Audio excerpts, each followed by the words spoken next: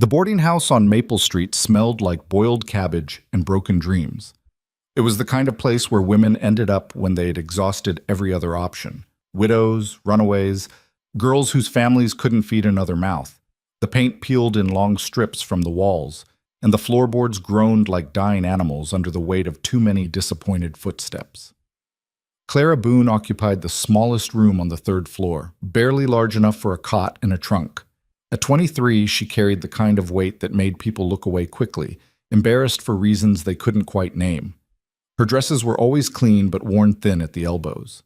Her dark hair, thick and unruly, refused to stay pinned no matter how many times she tried.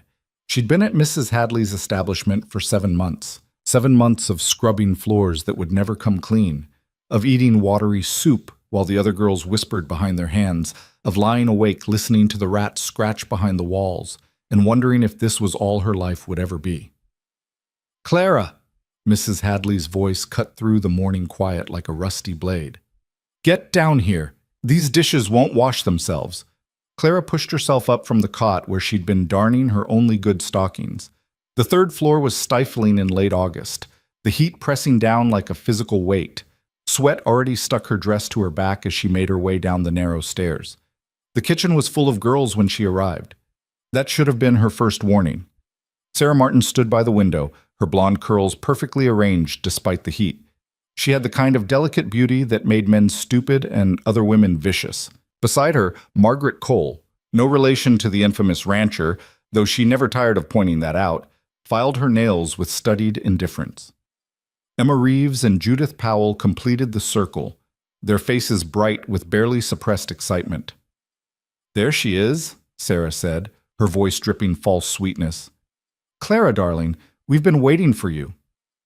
Clara's hands tightened on the dish towel she'd grabbed from the hook. Mrs. Hadley said, "Oh, forget the dishes." Margaret waved her hand dismissively. "We have something much more interesting for you." Emma held up a piece of paper, waving it like a flag. "A job posting. Came in this morning with the mail delivery." Clara's heart did something complicated in her chest. A job meant money. Money meant freedom. Freedom meant leaving this place and never looking back. What kind of job? "Housekeeper." Judith's smile was sharp enough to draw blood. "Room and board included. Good wages, they say." "Where?" Clara reached for the paper, but Emma pulled it back. "The Maddox Ranch." Sarah delivered the name with theatrical precision. "You know Cole Maddox, the one who shot that drifter last year for stealing a horse? The one whose last housekeeper quit after 2 weeks because he threw a chair through the kitchen window during one of his rages?" Clara's hand dropped. She knew about Cole Maddox. Everyone within 50 miles knew about Cole Maddox. He was the kind of man people spoke about in hushed voices, the kind whose very name carried weight and warning. "They say he's got a temper like wildfire," Margaret added, examining her nails. "Unpredictable, dangerous. No woman's lasted more than a month on that ranch." "Some say he's cursed," Emma chimed in. "Lost his whole family in a fire when he was young. Been angry at the world ever since." "So why are you telling me?" Clara's voice came out quieter than she intended. The girls exchanged glances. Then Sarah smiled, and it was the cruelest expression Clara had ever seen on a human face. "Because we think you'd be perfect for it." The laughter started then. Not quiet giggles, but full-throated howls of amusement. Margaret actually doubled over, clutching her sides. Emma wiped tears from her eyes. "Can you imagine?" Judith gasped between laughs. "Clara Boone at the Maddox Ranch. Oh, he'd take one look at her and slam the door so hard it'd shake the walls." "Probably wouldn't even let her finish explaining why she came," Sarah added. "You know how he is about his property, only wants the best, and Clara's—" She gestured vaguely at Clara's body, her worn dress, her red face. "Well, not that." Clara stood very still. She'd learned long ago that movement only encouraged them. If she stayed quiet enough, small enough, they'd eventually get bored and move on to something else. "I dare you," Margaret said suddenly, her eyes bright with malice. "I dare you to go out there and apply for that position." "She won't do it," Emma said. "Clara doesn't have the spine for it. She barely has the spine to walk down the street without hunching over like she's trying to disappear." "I'll do it." The words came out before Clara fully understood she was going to say them. They hung in the air like gun smoke. The laughter died. What? Sarah's smile faltered. I said, I'll do it. Clara lifted her chin, meeting Sarah's eyes directly for the first time in months. I'll go to the Maddox ranch and apply for that position. You're joking. Margaret's voice had lost its mocking edge. Do I look like I'm joking? The truth was, Clara had nothing to lose. Mrs. Hadley would kick her out by month's end anyway. She'd overheard the conversation 2 nights ago, the landlady's voice drifting up through the thin floors. That Boone girl's behind on rent again. I run a business, not a charity. The other girls had made her life here unbearable. She had maybe $3 to her name and nowhere to go. Cole Maddox's ranch might be dangerous, but starvation was certain.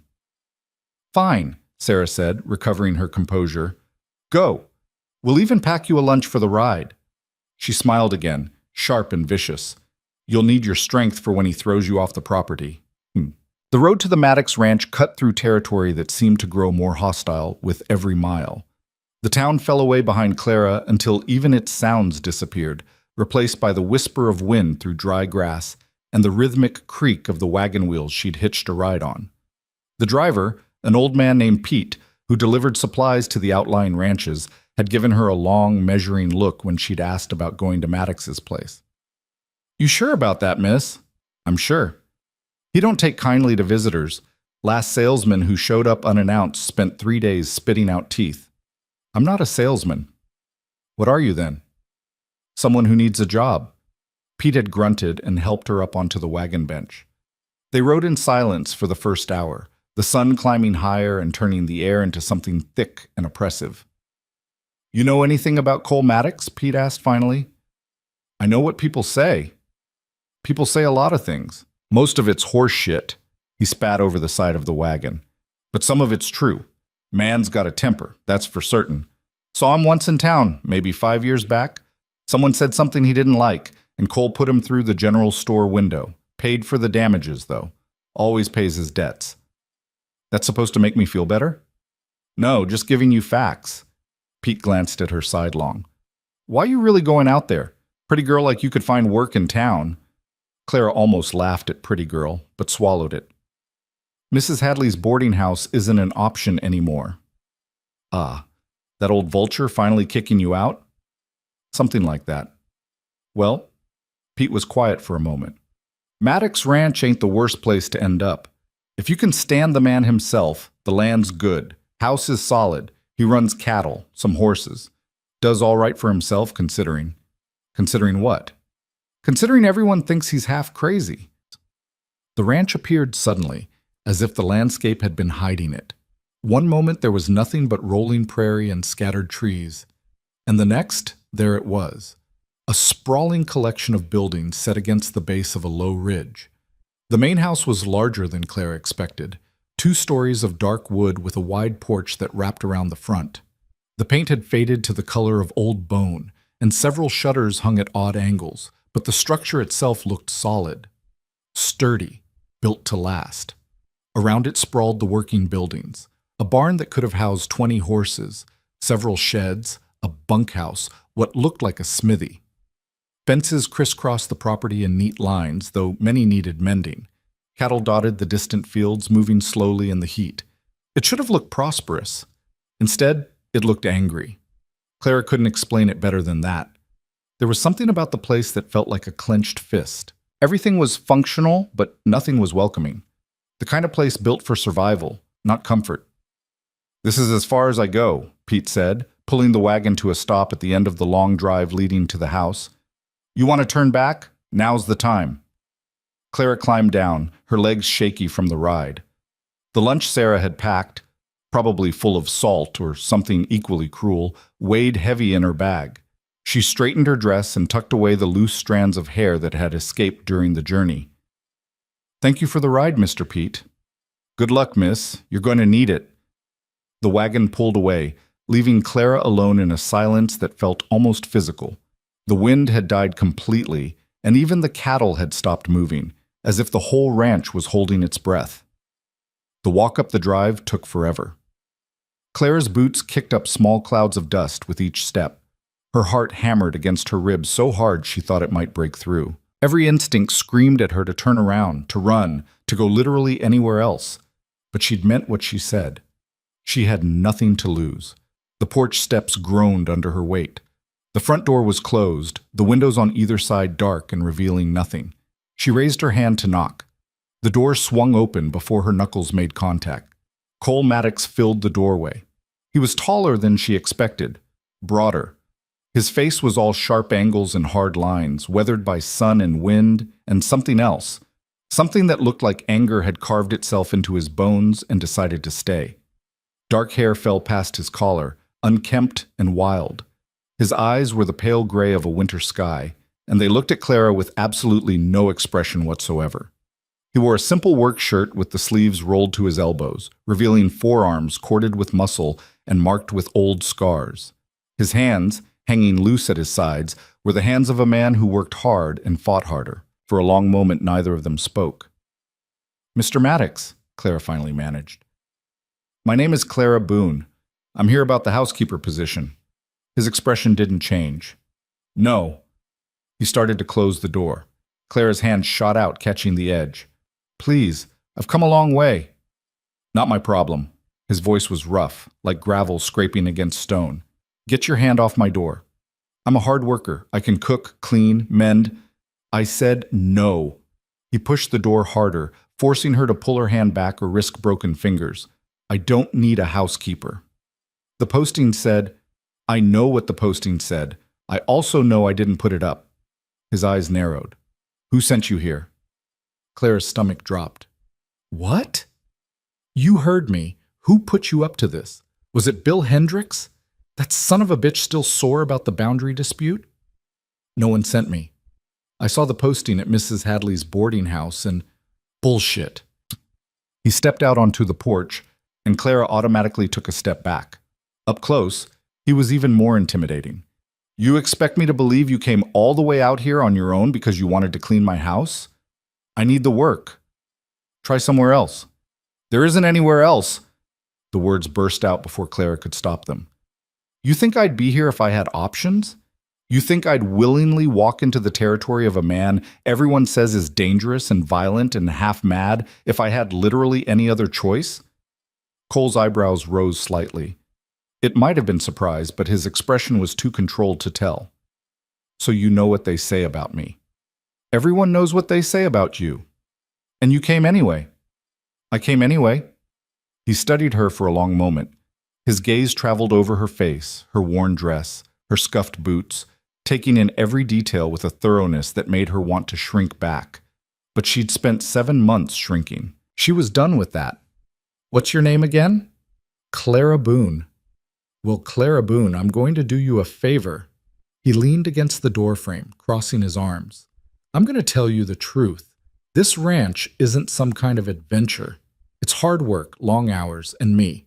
I'm not good company. I don't like people. I don't like conversation. I don't like anyone in my business or my space.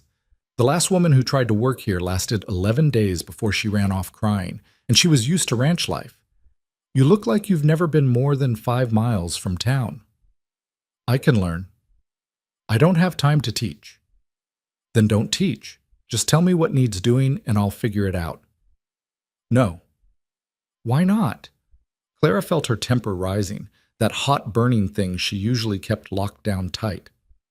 "Because I'm fat? Because I'm not pretty enough for your precious ranch?" Something flickered across Cole's face. "What? That's it, isn't it? You took one look at me and decided I wasn't worth your time. Well, congratulations, Mr. Maddox. You're just like everyone else. But at least they had the decency to laugh in my face instead of pretending to have standards." "I don't give a damn what you look like." His voice had gone very quiet. Dangerous quiet. "I care whether you can do the work. And looking at you, I'd say you'd be dead from heat exhaustion before sundown." "Try me." "What?" "I said try me." Clara stepped forward, closing the distance between them. She had to tilt her head back to meet his eyes, but she didn't look away. "One day. Give me 1 day to prove I can handle it. If I can't, I'll leave. But if I can, you give me the job." Cole's jaw tightened. "You're serious?" Dead serious. You're insane. Maybe. Do we have a deal or not? The silence stretched between them. Clara could hear her own heartbeat, could feel sweat trickling down her spine, could taste dust and fear and something else, something that felt dangerously like hope. Fine, Cole said finally. One day.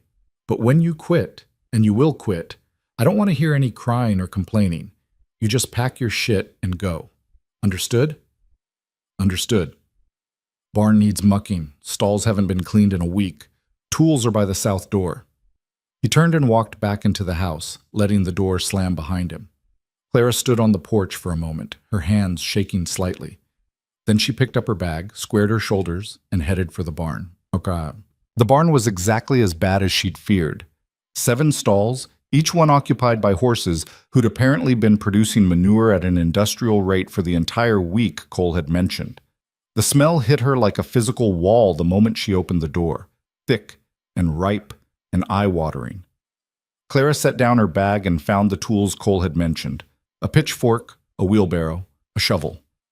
She stared at them for a moment, then at the stalls, then back at the tools. All right, she said to no one. You wanted this. She started with the first stall. The horse, a rangy bay gelding, watched her with disinterest as she opened the gate and stepped inside. The floor was buried under what looked like a week's worth of soiled bedding. Clara had mucked stalls before, years ago, when her father had still been alive and they'd kept 2 horses behind their small house.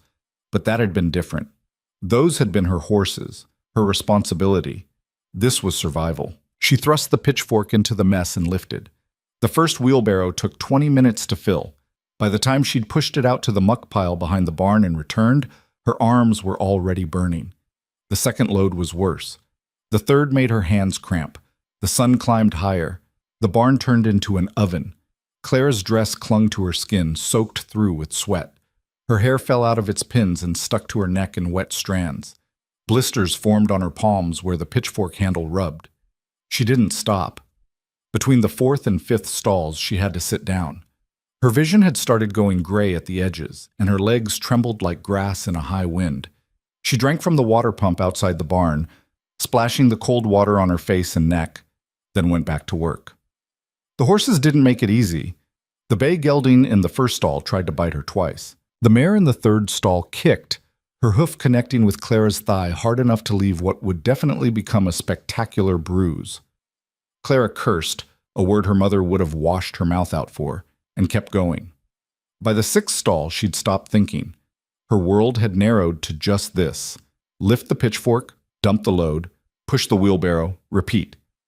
Her hands bled where the blisters had popped. Her back felt like someone had taken a hammer to her spine. Every breath burned.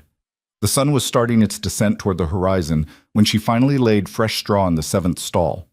The horse, a pretty little paint mare, whickered softly as Clara spread the bedding. Clara reached out with shaking hands and patted the mare's neck. Last one, she whispered. We made it. She stumbled out of the barn and collapsed onto a bench by the water pump. For several minutes, she just sat there, too exhausted to even pump water. Her hands lay limp in her lap, bleeding and blistered. Her dress was ruined, covered in horse manure and sweat and dust. She'd done it, though. All 7 stalls cleaned and rebedded. The work was done. The sun touched the horizon, painting the sky in shades of orange and red. The house door opened. Cole Maddox walked out onto the porch, a plate in his hand. He stopped when he saw her, his expression unreadable. Then he crossed the yard to where she sat. You finished? Clara nodded, not trusting her voice. Cole walked to the barn door and looked inside. Clara watched him move from stall to stall, checking her work. He was quiet for a long time. When he came back out, his face was still carefully neutral. Straw's uneven in the 2nd stall. The corner in the 5th needs more. And you didn't sweep the aisle. Clara's heart sank. Then Cole held out the plate. But the work's done. That's what matters. She looked at the plate. Bread, some kind of meat, beans. Real food. Real. Eat, he said. Then we'll talk about wages and duties. You start tomorrow at dawn. He turned and walked back to the house before Clara could respond. She sat there holding the plate, her bleeding hands shaking, tears streaming down her face. Not from pain or exhaustion, from something else. Something she'd almost forgotten existed. Relief. The girls at the boarding house had sent her here as a joke. They'd expected her to come crawling back, humiliated and broken, confirming everything they believed about her. Instead, Clara Boone had just earned herself a future. She ate every bite of food on that plate, then pumped water to wash her hands. The cold water stung the open blisters, but she barely felt it. When she looked up at the darkening sky, she wasn't Clara the joke anymore. Clara the burden. Clara the invisible. She was Clara who'd survived her first day at the Maddox ranch, and tomorrow she'd survive the second. The bunkhouse was cleaner than expected. One room with 4 narrow beds, a wood stove, and a single window that looked out toward the main house. Cole had told her she could take any of the beds. The ranch hands had all quit 3 months ago, and he hadn't bothered hiring new ones. Clara chose the bed farthest from the door and closest to the window. She laid out her few possessions, 2 spare dresses, some undergarments, her mother's Bible that she never read but couldn't bring herself to throw away, and the cruel lunch Sarah had packed that Clara had been too busy to eat. She unwrapped it now, curious. Bread with enough salt to kill a horse, an apple so bruised it was nearly rotten, and a note. Good luck with the monster. Try not to die too quickly. We want to hear all about it when you crawl back. S. Clara stared at the note for a long moment. Then she walked to the stove, lit it with matches she found on the shelf, and watched Sarah's words turn to ash. She wouldn't be crawling back. Not tomorrow. Not ever. She lay down on the bed, her body one massive ache, and stared at the ceiling. Through the window, she could see a light burning in the main house. Cole's shadow passed by the window once, then again. What was his story? What had turned him into the man everyone feared? Clara didn't know. But she had time to find out. Sleep took her quickly, dragging her down into dreams of pitchforks and prairie wind and gray eyes that saw too much. Dawn came too early and without mercy. Clara woke to pain radiating through every muscle, her hands so stiff she could barely flex her fingers. The blisters from yesterday had crusted over during the night, cracking open fresh when she tried to grip the edge of the blanket. She forced herself upright anyway, biting down on the groan that wanted to escape. Through the window, the sky was just beginning to lighten, turning from black to deep purple. No light showed in the main house yet. Good. She'd beat Cole to waking. The water from the pump outside ran ice cold. Clara splashed it on her face, gasping at the shock, then dunked her whole head under. The cold helped, clearing away the fog of exhausted sleep and bringing the world into sharp focus. She'd survived one day. Now she had to survive the next. Her reflection in the pump's metal surface looked like hell. Hair plastered to her skull, face pale except for the sunburn across her nose and cheeks, dark circles under her eyes that hadn't been there yesterday. She looked like someone who'd been beaten.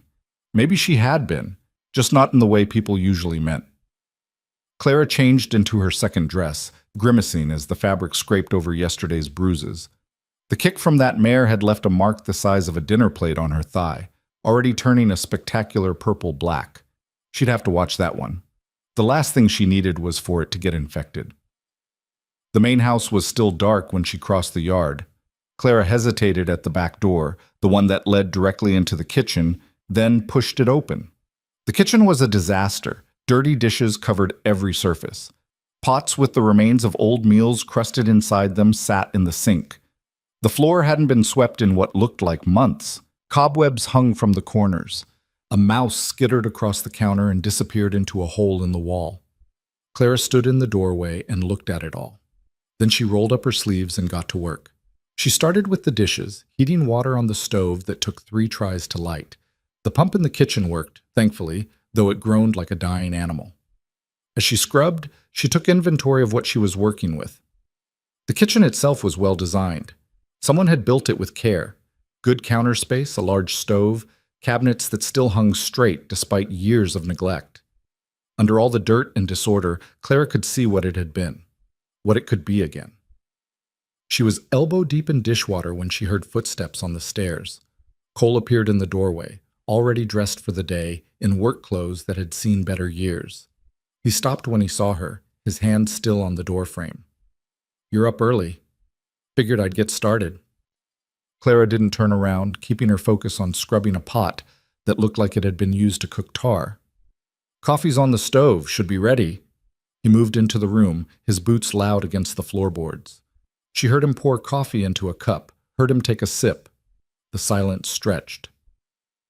"Dishes weren't on the list of things I needed done today." "I know, but I'm doing them anyway." "Why?" Clara finally turned to look at him. He stood by the stove, coffee cup in hand, watching her with that same unreadable expression he'd worn yesterday. His hair was wet, slicked back from his face, and up close she could see the gray threaded through the dark. "Because they need doing," she said simply.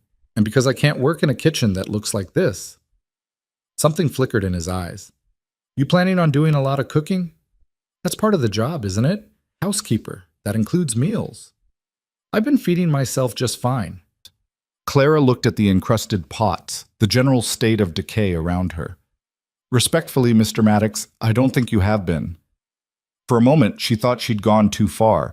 Cole's jaw tightened, and that dangerous quiet she'd heard yesterday crept into the space between them.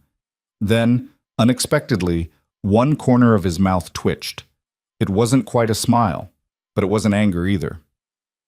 "Fence needs mending on the south pasture," he said, draining his coffee. "Posts are rotted through in 3 places. Wood's in the barn, tools in the shed. I'll be working the north section if you need me." He set the cup down and headed for the door. "Mr. Maddox?" He paused, not turning around. "What do you want for breakfast?" "Don't care. Whatever's easy." He pushed through the door and was gone, his footsteps fading as he crossed the yard. Clara looked at the kitchen, at the mountain of work ahead of her, at her raw and bleeding hands. Then she got back to scrubbing. By mid-morning, she'd made a dent in the disaster. The dishes were clean and stacked in the cabinets. The counters had been wiped down. The floor was swept, though it needed a proper mopping that would have to wait. The mouse hole had been stuffed with steel wool she'd found under the sink. Clara had also found the pantry. It was better stocked than she'd expected. Flour, cornmeal, salt pork, beans, a few withered potatoes, some questionable-looking apples. Not much to work with, but she'd made meals from less. She put together a simple stew, letting it simmer on the stove while she went to tackle the fence. The south pasture was a 20-minute walk from the house. Clara found the rotted posts easily enough. They listed at odd angles, the wire fence sagging between them. The woodpile in the barn had yielded 3 decent replacement posts and a post hole digger that weighed approximately as much as a small horse. She'd never mended a fence before, but she'd watched her father do it years ago, and the principle seemed straightforward enough. Dig out the old post, set the new one, pack the dirt, move on. The reality was significantly harder. The ground was baked hard from the summer heat. The post hole digger bit into it with grudging reluctance, each thrust requiring her full weight to make any progress. Sweat poured down her face. Her hands, already raw from yesterday, screamed in protest. Clara kept digging. She'd finished the first hole and was wrestling the old post out when she heard hoofbeats. Cole appeared on a rangy black gelding, riding along the fence line with the easy grace of someone who'd been born in a saddle. He reined in when he saw her, his expression shifting through surprise to something else Clara couldn't identify. "What are you doing?" "Fixing the fence." Clara heaved on the post. It moved maybe half an inch. "You said it needed doing." "I said I'd handle it later." "Well, I'm handling it now." Cole swung down from the saddle and walked over. He looked at the hole she'd dug, at the new post waiting to be set, at Clara's bleeding hands wrapped around the old post. "You're going to hurt yourself." "Too late for that." Clara pulled again. The post gave another fraction of an inch. "Besides, hurt heals." "Not if you do permanent damage." He stepped closer, and Clara caught the smell of horse and leather and something else. Soap, maybe. "Let me—" "I've got it." "You clearly don't." "I said I've got it." The words came out sharper than she'd intended. Clara took a breath, forcing her voice level. "Please, I need to do this myself." Cole studied her for a long moment. Then he stepped back, raising his hands in surrender.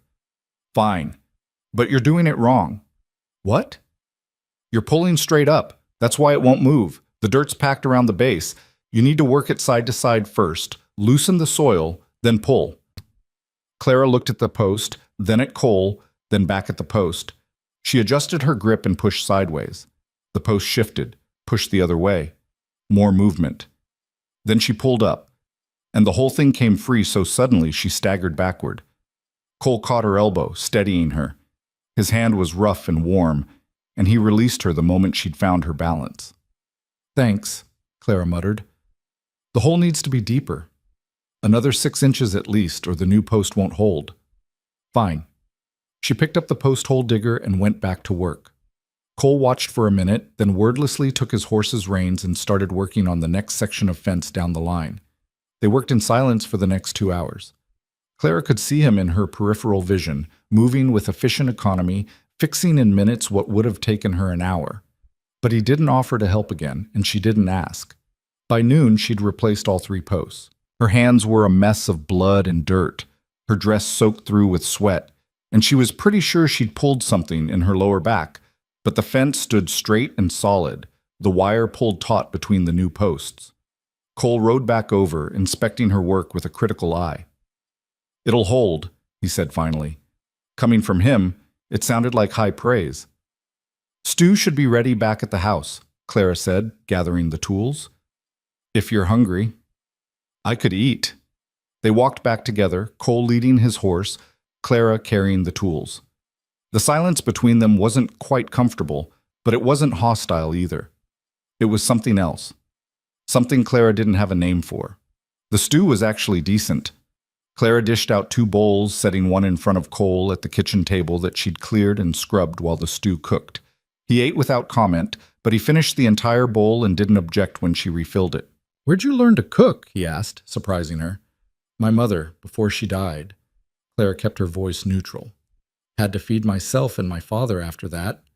He wasn't much good in the kitchen." "What happened to him?"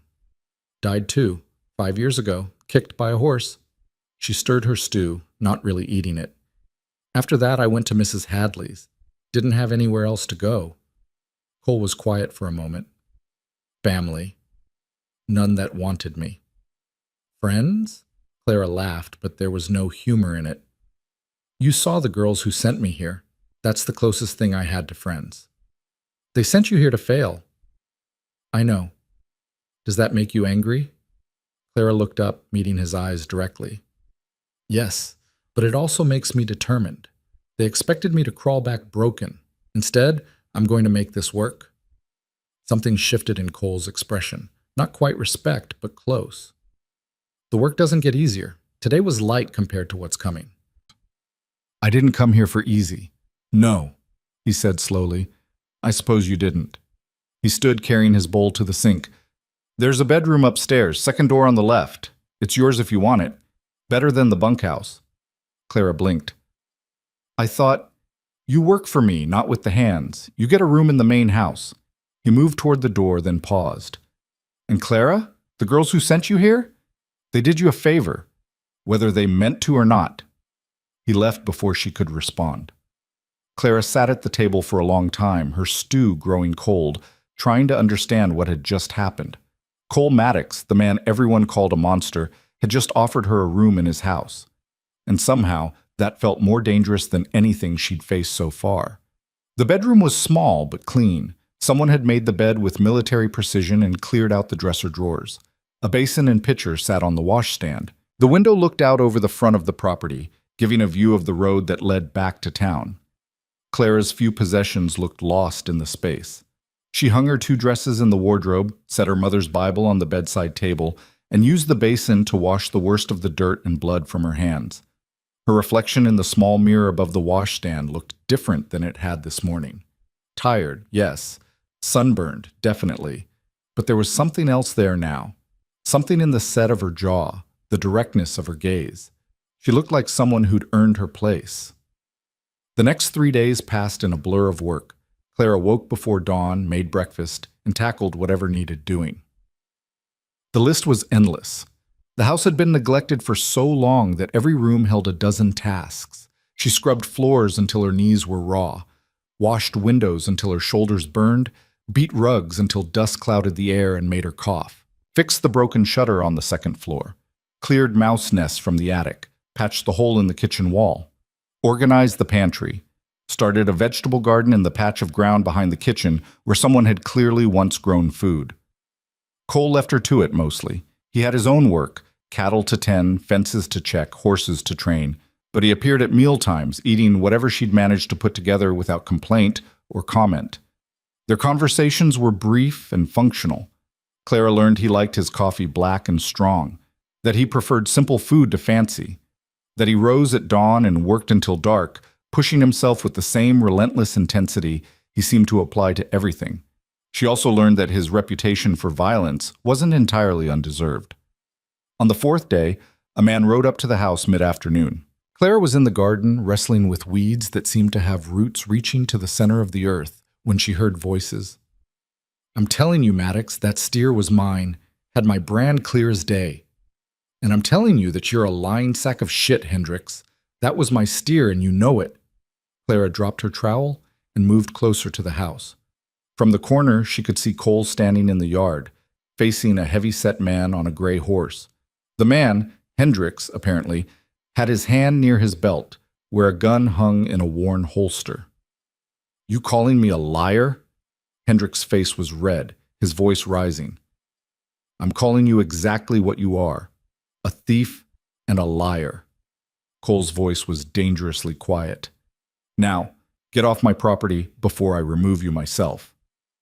"You threatening me, Maddox?" "No, I'm promising you." Hendricks' hand moved toward his gun. Clara's breath caught in her throat. Cole moved faster than she would have thought possible for a man his size. One moment he was standing still, the next he'd grabbed Hendricks's wrist, yanking him half out of the saddle. The gun fell to the ground. "I said get off my property." Cole's voice had gone flat and cold. "This is your last chance." Hendricks scrambled back into his saddle, his face now pale. "This isn't over, Maddox." "Yeah, it is." The man wheeled his horse and rode off at a gallop, leaving a cloud of dust in his wake. Cole watched him go, his hands still clenched into fists, his shoulders rigid. Clara stepped out from behind the house. "Are you all right?" Cole spun, and for just a second she saw something raw and violent in his face. Then it smoothed out, buried under that careful control. "How long were you standing there?" "Long enough." Clara kept her voice steady. "Is he going to come back?" "Probably not. Bill Hendricks is a coward. He only fights when he thinks he can win." Cole bent and picked up the gun, checking the chamber before tucking it into his own belt. "I'll return this to him next time I'm in town, after I've had time to cool off." "Would you have fought him if he'd drawn?" Cole looked at her for a long moment. "Yes." "Would you have killed him?" "If it came to that." He turned away, heading for the barn. "Don't make dinner. I'm not hungry." He disappeared into the barn and didn't come out for the rest of the day. Clara went back to her weeding, but her hands were shaking. She'd just seen a glimpse of what everyone feared about Cole Maddox. That cold, controlled violence. The absolute certainty that he would do what needed doing, consequences be damned. It should have terrified her. Instead, it just made her sad. That night, she made dinner anyway. When Cole finally emerged from the barn near midnight, he found a plate covered with a cloth on the kitchen table, the food still warm from being kept on the stove. He stood looking at it for a long time before he sat down to eat. Upstairs, Clara lay awake in her small room, listening to the sound of his footsteps below, and wondered what kind of life turned a man into a loaded gun. The following morning, she found a new pair of work gloves on the kitchen counter. They were worn but well made, sized for hands smaller than Cole's. A note sat beside them in blocky handwriting. "For the garden, CM." Clara held the gloves for a long time before putting them on. They fit perfectly. 6 days after arriving at the ranch, Clara finally had a morning where there wasn't some disaster demanding immediate attention. The house was starting to look lived in rather than abandoned. The kitchen was fully functional. The worst of the neglect had been addressed. She decided to tackle the living room. It was a large space dominated by a stone fireplace and filled with furniture covered in dust sheets. Clara pulled them off one by one, revealing pieces that had once been beautiful. A leather sofa, 2 armchairs, a bookshelf filled with volumes whose spines were too faded to read, and photographs. Dozens of them, in frames on the mantel and the bookshelf and the side tables. Clara picked up the largest one. It showed a family. A man and woman standing behind two boys. The younger boy, maybe 8 or 9, grinned at the camera with gap-toothed joy. The older one, perhaps 14, stood stiff and uncomfortable in his Sunday clothes. She could see Cole in that older boy. The same sharp features, the same gray eyes, though these held none of the hardness she'd come to expect. The photograph was dated 1851, 25 years ago. Clara set it down and picked up another. The woman from the first photo, older now, holding a baby. Her smile was tired but genuine. A third photo showed just the boys, the older one with his arm slung around his younger brother's shoulders. Clara was studying this one when she heard the door open. "What are you doing?" Cole's voice was so cold it froze her in place. She turned slowly, still holding the photograph. His face had gone white, not with fear or surprise, but with rage so pure it seemed to turn him to ice. "I asked what you're doing." Each word was clipped, precise. "I was just cleaning." "Put it down." Clara set the photograph back on the shelf with trembling hands. "I'm sorry. I didn't mean to." "Get out!" His voice cracked like a whip. "Get out of this room. Now!" She fled, nearly tripping over a dust sheet in her haste. Behind her, she heard something crash, then another crash. Breaking glass, a roar of rage that raised every hair on her body. Clara made it to her room and closed the door, her heart hammering. Downstairs, the destruction continued. More breaking glass, furniture overturning, Cole's voice raised in wordless fury. Then, abruptly, silence. Clara waited, barely breathing. Minutes passed. Finally, she heard the front door slam, then hoofbeats fading into the distance. She sat on her bed, shaking, and wondered if she'd just ended her employment at the Maddox ranch. Clara didn't come down for 2 hours. She sat on her bed, listening to the silence of the house, waiting for something. She didn't know what. An apology, maybe. Or more likely, Cole returning to tell her to pack her things and get out. Neither happened. Eventually, hunger and stubbornness drove her downstairs. The living room door was closed.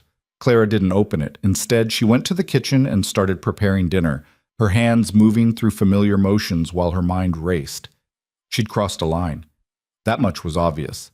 Those photographs weren't just pictures. They were ghosts, memories of people who were clearly gone. The way Cole had reacted, the raw fury in his voice, told her everything she needed to know about how they'd left. The question was whether he'd forgive her for stumbling into his grief. Dusk fell. Clara set the table for 2 out of habit, then stood staring at it, wondering if she should remove one setting. In the end, she left it. If Cole came back and found only one plate, it would look like she'd already given up. Full dark came. Still no Cole. Clara ate alone, then cleaned the kitchen and sat at the table with a cup of tea, watching the window. The ranch stretched out into the darkness, vast and empty. Somewhere out there, Cole Maddox was riding through the night, carrying whatever demons had driven him from the house. She went to bed eventually, but sleep came in fits. Every sound made her wake. Was that hoofbeats? The front door? But the house remained silent, and her room stayed dark. Morning came gray and cold. Clara dressed and went downstairs, half expecting to find the house empty, maybe a note telling her to leave. Instead, she found Cole sitting at the kitchen table, still in yesterday's clothes, a cup of cold coffee in front of him. He looked like hell. His eyes were bloodshot, his jaw dark with stubble, his hair wild. He didn't look up when she entered. Clara moved to the stove, started fresh coffee, began pulling out ingredients for breakfast. The silence pressed down like a physical weight. "I shouldn't have gone in there," she said finally, keeping her back to him. "That was wrong of me. I'm sorry." "You were cleaning, doing your job." His voice was rough, scraped raw. "I overreacted." "You had your reasons." "That doesn't make it right." He was quiet for a moment. "I scared you." "Yes." "I'm sorry for that." Clara turned to look at him. He was staring at his coffee cup, his hands wrapped around it like he needed something to hold on to. "The photographs," she said carefully. "Your family?" Cole's jaw tightened. For a long moment, she thought he wouldn't answer. Then, slowly, he nodded. "Fire. 15 years ago. I was in town, buying supplies. Came back and the house was burning. Couldn't get to them. Any of them. His voice was flat, emotionless in the way of someone who'd told this story too many times. My father, my mother, my brother Thomas, he was 12. Clara's throat closed. She'd known it was bad. The fury in his reaction had told her that. But hearing it laid out in those blunt, terrible words made it real in a way imagination couldn't match. I'm so sorry. Everyone's sorry doesn't bring them back. He pushed the coffee cup away. I rebuilt, same spot, same layout. Thought it would help. It didn't. Just gave me a house full of rooms I can't stand to enter. Is that why you live out here alone? Why you drove away the ranch hands? I didn't drive them away. They left on their own. Turns out most people don't want to work for a man who throws furniture when he's angry. He finally looked at her, and the exhaustion in his eyes was almost worse than the anger had been. You should leave too. This isn't a good place for you. That's not your decision to make. The hell it isn't. I'm your employer. And I'm a grown woman who can decide for herself where she wants to be. Clara crossed her arms. You lost your temper. You broke some things. You didn't hurt me. You didn't even threaten me. You just told me to get out of a room that clearly holds terrible memories. I've seen worse behavior from drunk men in town on a Saturday night. That's not the point. Then what is the point? The point is, I'm dangerous. The words burst out of him, loud and raw. The point is, I have a temper I can't always control, and one of these days I'm going to hurt someone, and I'd rather it not be you. Clara stood very still. Cole was breathing hard, his hands clenched on the table, every muscle taut. You won't hurt me, she said quietly. You don't know that. Yes, I do. Because if you were going to hurt me, you would have done it already. Yesterday in the living room, or when I argued with you on the porch that first day, or any of the dozen other times I've pushed back when you told me to do something. She moved closer, standing across the table from him. You're not dangerous to me, Cole. You're just hurt. And there's a difference. He stared at her like she'd spoken a language he didn't understand. Then he stood abruptly, his chair scraping against the floor. I need to check the north fence. He headed for the door. Breakfast is almost ready. Not hungry. You need to eat. I said I'm not hungry. He yanked open the door, then stopped. When he spoke again, his voice was quieter. I'll be back this afternoon. We need to talk about your wages. I haven't paid you yet. Then he was gone, the door closing softly behind him. Clara stood in the kitchen, listening to his footsteps fade, and wondered what she'd just committed herself to. This wasn't just a job anymore. Maybe it never had been. She was tied to this place now, to this broken house and the broken man who lived in it. And the strange part was, she didn't want to leave. She spent the morning finishing what she'd started in the living room, though she left the photographs exactly where they were. The broken glass from yesterday's rampage was swept up and discarded. The overturned furniture was righted. By noon, the room looked almost welcoming, if you didn't count the shrine to ghosts on the mantel. Cole returned in early afternoon, his horse lathered from hard riding. He unsaddled and brushed the animal himself, taking his time, before finally coming to the house. Clara was in the kitchen, kneading bread dough when he appeared in the doorway. Smells good. Won't be ready for another hour. That's fine. He pulled out a chair and sat, watching her work. About this morning? You don't have to explain. Yes, I do. He ran a hand through his hair. I'm not good at this. Talking. Being around people. I've been alone out here for so long that I've forgotten how to do it without screwing everything up. You're doing fine. I made you run to your room because I couldn't control my temper. That's not fine. Clara shaped the dough into loaves, her hands moving with practiced efficiency. My father used to get angry, really angry. He'd throw things, punch walls once he kicked a door clean off its hinges, but he never hit me. Never even raised a hand to me. After my mother died, he was just lost, angry at the world for taking her. The anger had to go somewhere. She placed the loaves in the pans. I learned the difference between a man who's violent and a man who's in pain. You're the second kind. Cole was quiet for a long moment. Your father, the one who died when a horse kicked him. Yes. Was he working the horse angry? Clara's hands stilled. She'd never made that connection before, but hearing it said out loud, she knew it was true. Her father had been angry that day.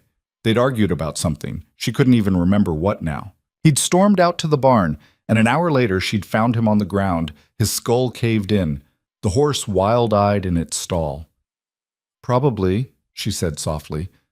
"I'm sorry. Me too." She covered the loaves with a cloth and set them to rise. "But we're not talking about my father. We're talking about you and whether I'm staying or going. I want you to stay." The words came out fast, like he'd been holding them back. "The ranch. It's different now, better. I can see it in the house, in the yard, even in the way the horses act. They're calmer. Everything's calmer." He paused. "I'm calmer. Most of the time. But I can't promise I won't lose my temper again. I can't promise I'll always be easy to work for. I can't promise much of anything except that this will be hard and I'll probably make your life difficult more often than not." Clara turned to face him fully. "And I can't promise I won't overstep sometimes. I can't promise I'll always do what you say without question. I can't promise to be invisible and silent and convenient, but I can promise I'll work hard and I'll be honest, and I won't run just because things get rough." She held his gaze. "So the question is whether you can accept that." Cole stood and pulled an envelope from his pocket. He set it on the table between them.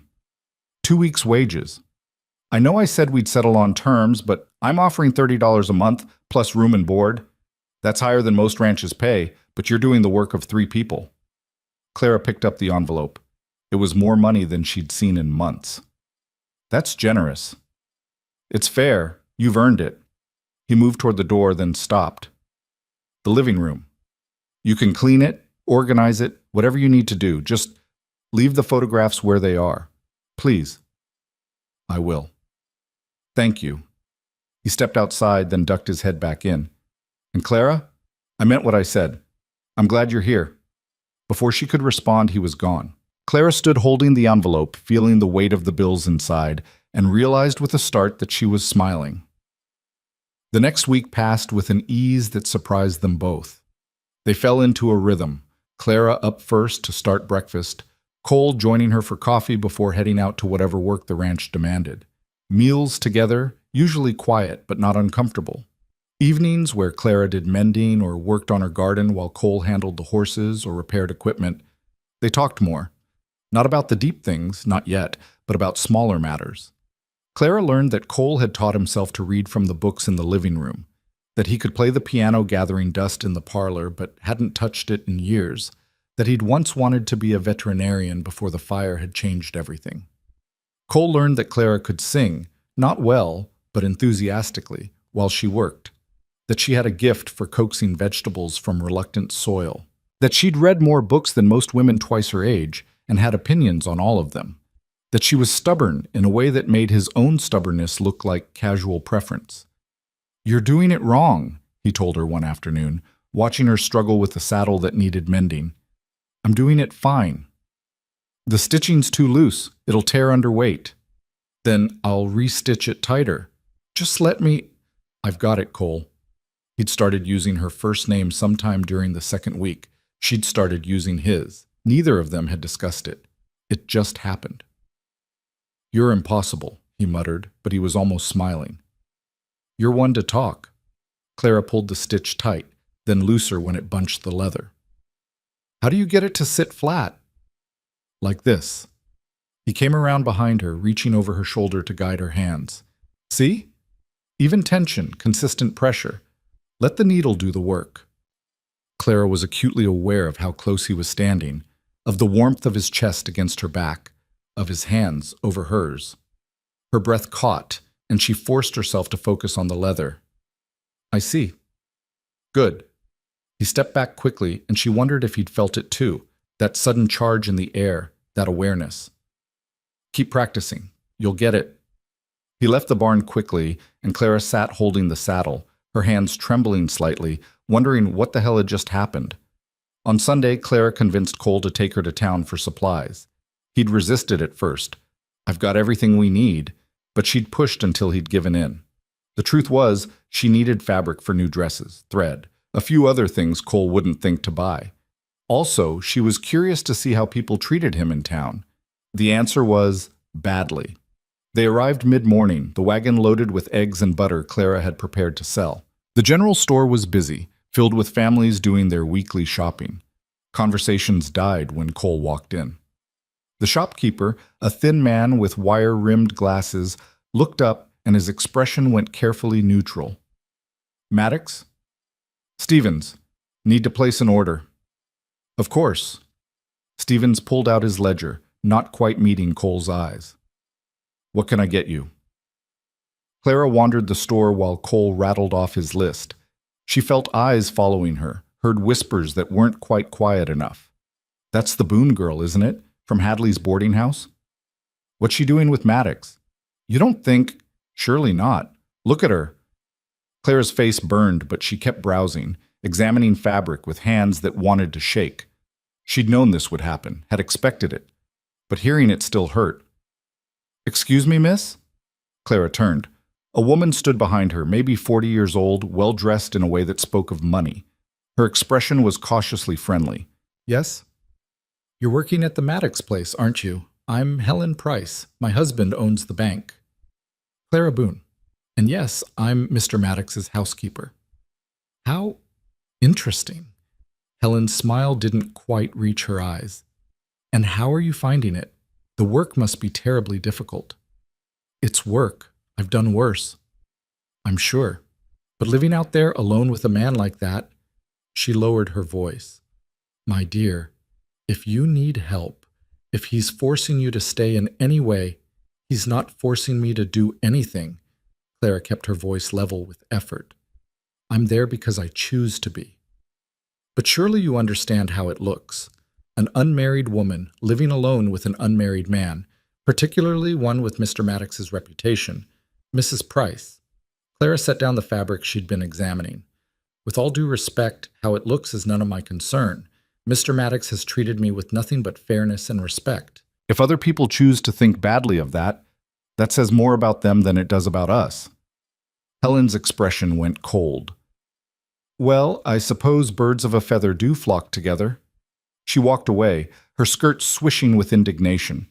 Clara stood there, her hands clenched, fighting the urge to say something she'd regret. She'd just made an enemy. Probably several, if Helen Price was the type to talk. Ready to go? Cole appeared at her elbow, his arms full of packages. His expression was carefully blank, but she could see the tension in his shoulders. I haven't bought anything yet. We'll come back. Let's go. Cole, please. His voice was quiet. Let's just go. They loaded the packages in silence. Clara climbed onto the wagon bench and Cole took the reins. As they pulled away from the store, she saw faces in the windows, watching them leave, judging them. They were almost out of town when they passed the boarding house. Sarah Martin stood on the porch, her blonde curls perfectly arranged, her expression smug. She waved at Clara with exaggerated cheerfulness. Clara turned away, refusing to acknowledge her. That one of the girls who sent you to me? Cole asked. The ringleader. Want me to stop? You could tell her how it worked out. No, she can wonder. Cole made a sound that might have been a laugh. Probably killing her, not knowing. Good. They rode in silence for a few miles. Then Cole said, Helen Price corner you? How did you know? Saw her talking to you, recognized the look on your face after. What'd she say? Clara hesitated, then figured he deserved the truth. She offered to help me if you were forcing me to stay. Then suggested that my reputation was ruined by living alone with you. She's not wrong about the second part. I don't care. You should. A woman's reputation matters in this territory. Lose it, and you'll never get it back. My reputation wasn't exactly pristine to begin with. Fat girls who live in boarding houses don't get the benefit of the doubt. Clara turned to look at him. Besides, I'd rather have no reputation and a place I belong than a perfect reputation and nowhere to go. Cole's hands tightened on the reins. You belong at the ranch? Yes. Clara was surprised by how certain she sounded. I do. Even after everything, the anger, the isolation, the way people look at you now, even after all that. He was quiet for a long moment. You're either very brave or very stupid. Can't I be both? This time he definitely laughed, and the sound was so unexpected, so genuine, that Clara found herself laughing too. They rode back to the ranch with something between them that felt almost like friendship. Almost, but not quite. Because friendship didn't explain the way Clara's heart sped up when Cole smiled, didn't explain the care she took with his meals, with his comfort, with making sure his life was easier, didn't explain why she lay awake at night listening for his footsteps, for the sound of his voice, for any sign that he was near, and friendship definitely didn't explain what happened 3 days later. Clara was in the kitchen, elbow deep in bread dough, when she heard a commotion outside. Voices, raised and angry. She wiped her hands and went to the window. 4 riders had arrived in the yard. Clara recognized one of them, Bill Hendricks, the man who'd accused Cole of stealing his cattle. The others were strangers, but they all had the look of men looking for trouble. Cole emerged from the barn, and even from the house, Clara could see the tension in his posture. "What do you want, Hendricks?" "Want to talk about my missing cattle, Maddox. Seems like every week I'm losing more, and every week your herd gets bigger." "That's because I buy cattle legally, not let them wander off because I'm too lazy to maintain my fences." "You calling me lazy? I'm calling you a bad rancher." One of the other men spoke up, his voice carrying clearly. "Maybe we should search the place. Make sure he's not rebranding stolen stock." "You're not searching shit," Cole said flatly. "You've got no authority and no proof. Now get off my land." "Or what?" Hendricks dismounted, his hand near his gun.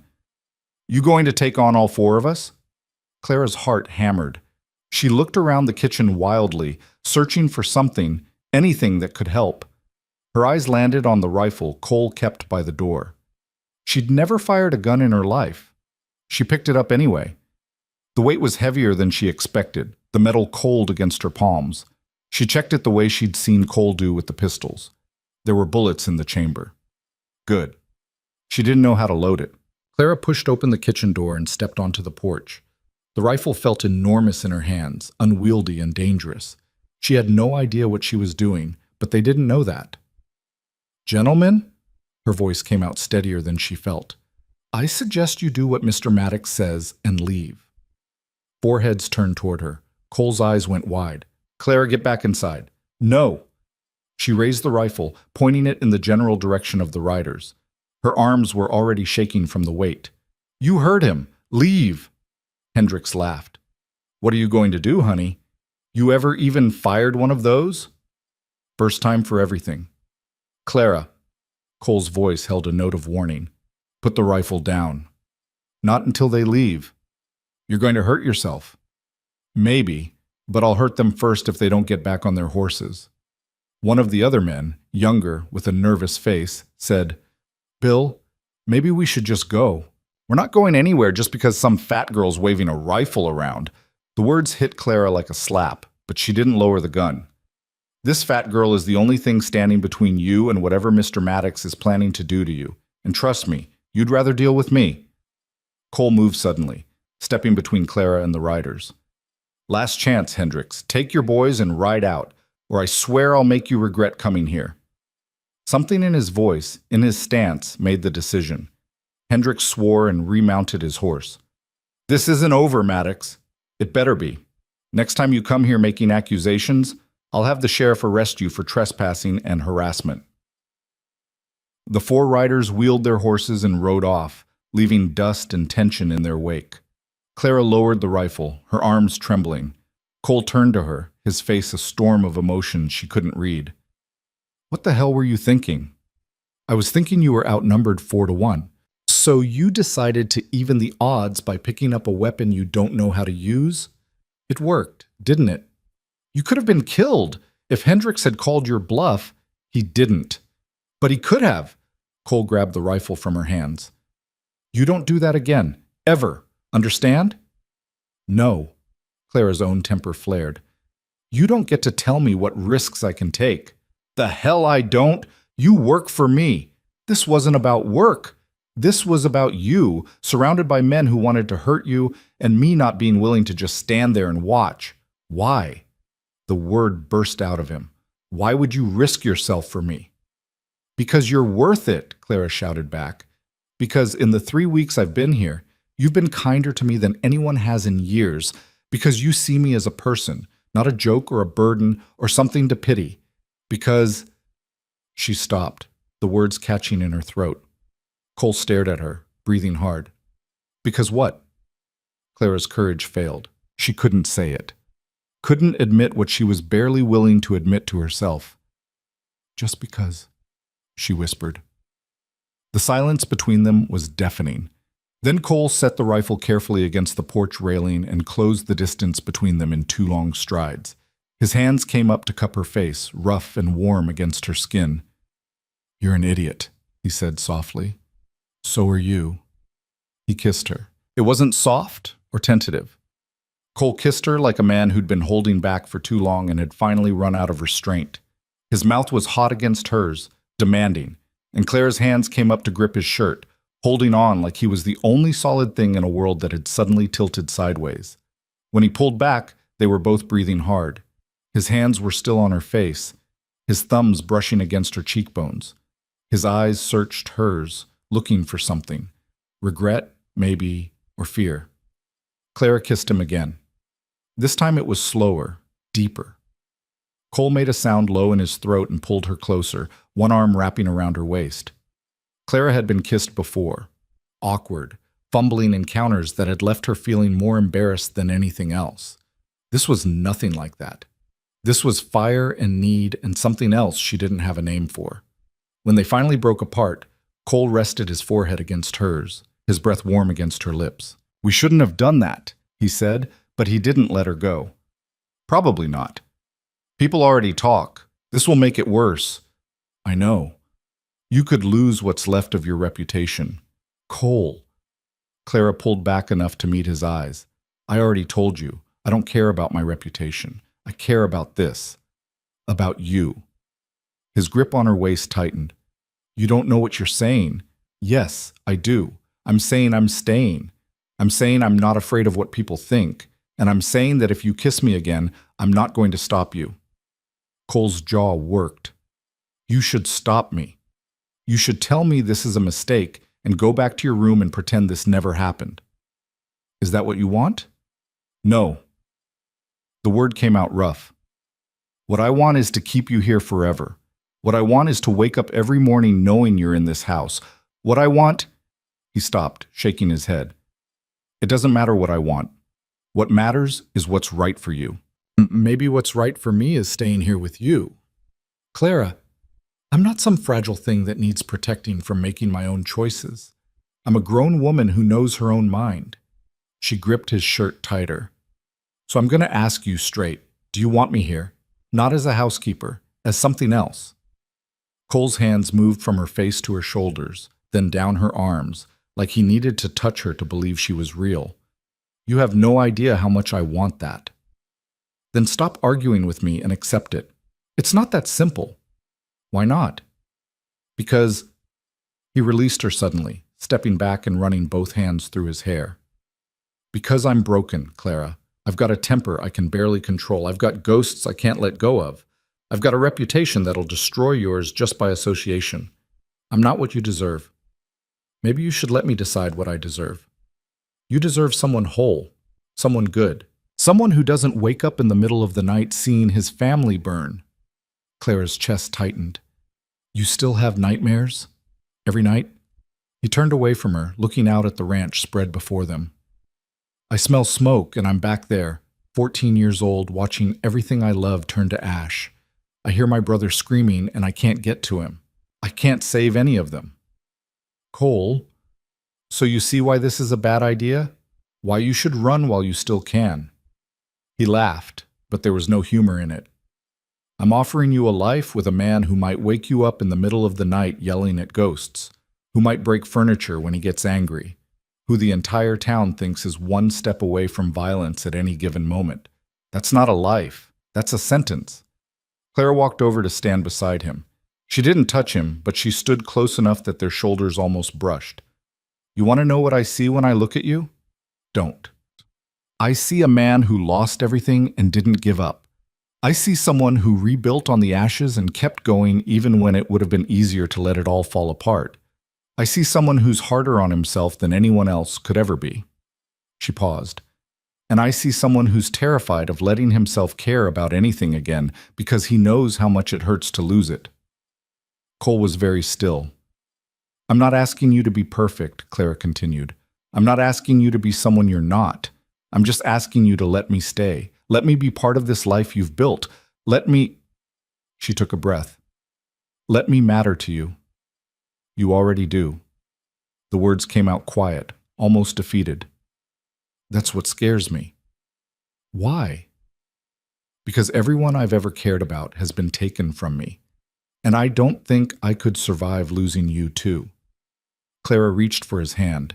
He let her take it, his fingers curling around hers. You're not going to lose me. I'm not going anywhere. You can't promise that. No, but I can promise I'll fight like hell to stay.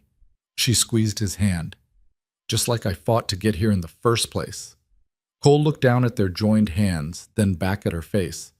Whatever he saw there seemed to make a decision for him. He pulled her close again, wrapping both arms around her and held on like she was the only thing keeping him anchored to the earth. They stood like that for a long time, neither speaking, just holding each other while the sun climbed higher and the ranch went about its business around them. Finally, Cole said, The bread's probably ruined. Clara laughed against his chest. Probably. I'll eat it anyway. You don't have to. Yes, I do. You made it. He pulled back enough to look at her. I'll eat anything you make, even if it's burned to charcoal. That's a dangerous promise. I'm a dangerous man. But he was almost smiling, and Clara felt something in her chest unknot. They went inside together. The bread was indeed ruined, turned to rocks in the pans while they'd been outside. Clara threw it to the chickens and started over, and Cole sat at the table watching her work with an expression she couldn't quite read. Things were different after that. Not dramatically, they didn't suddenly become some romantic fantasy. If anything, life got harder in some ways. But there was an easiness between them now, a comfort that hadn't been there before. Cole touched her more. Nothing scandalous. A hand on her shoulder as he passed, fingers brushing hers when he handed her something, sitting closer at the table during meals. Small things that would have meant nothing to most people but meant everything to Clara, who'd spent years being invisible. They talked more too. Cole told her about his childhood, about his father teaching him to ride and his mother's insistence that both boys learn to read. About Thomas, who'd been quick with laughter and terrible at arithmetic, but could draw anything he saw. About the plans they'd all had. His father wanted to expand the ranch. His mother wanted a real parlor. Thomas wanted a dog. Clara told him about her own childhood, about her mother's death and her father's slow descent into anger and grief, about the years after he died, bouncing between relatives who didn't want her and jobs that never lasted, about Mrs. Hadley's boarding house and the girls who'd made her life there a special kind of hell. They did us both a favor, Cole said one evening. They were sitting on the porch, watching the sunset. Sending you here. They thought they were punishing you, and instead they gave us both something we needed. What did you need? Someone to care whether I lived or died. He said it simply, like it was an obvious fact. I'd gotten to the point where I wasn't sure I did.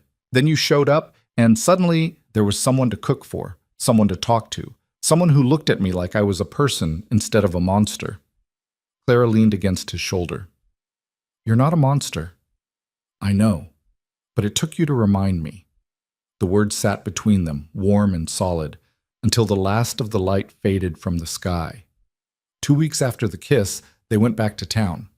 Clara needed more fabric. She was making new curtains for the kitchen, and Cole needed supplies. They both knew it was also a test. The confrontation with Hendricks had happened. Rumors were spreading. This trip would tell them how bad the damage was. The answer came quickly. They'd barely stepped into the general store when Stevens looked up, and his expression went flat. Maddox, Miss Boone. Stevens, Cole's voice was neutral. Need to place an order.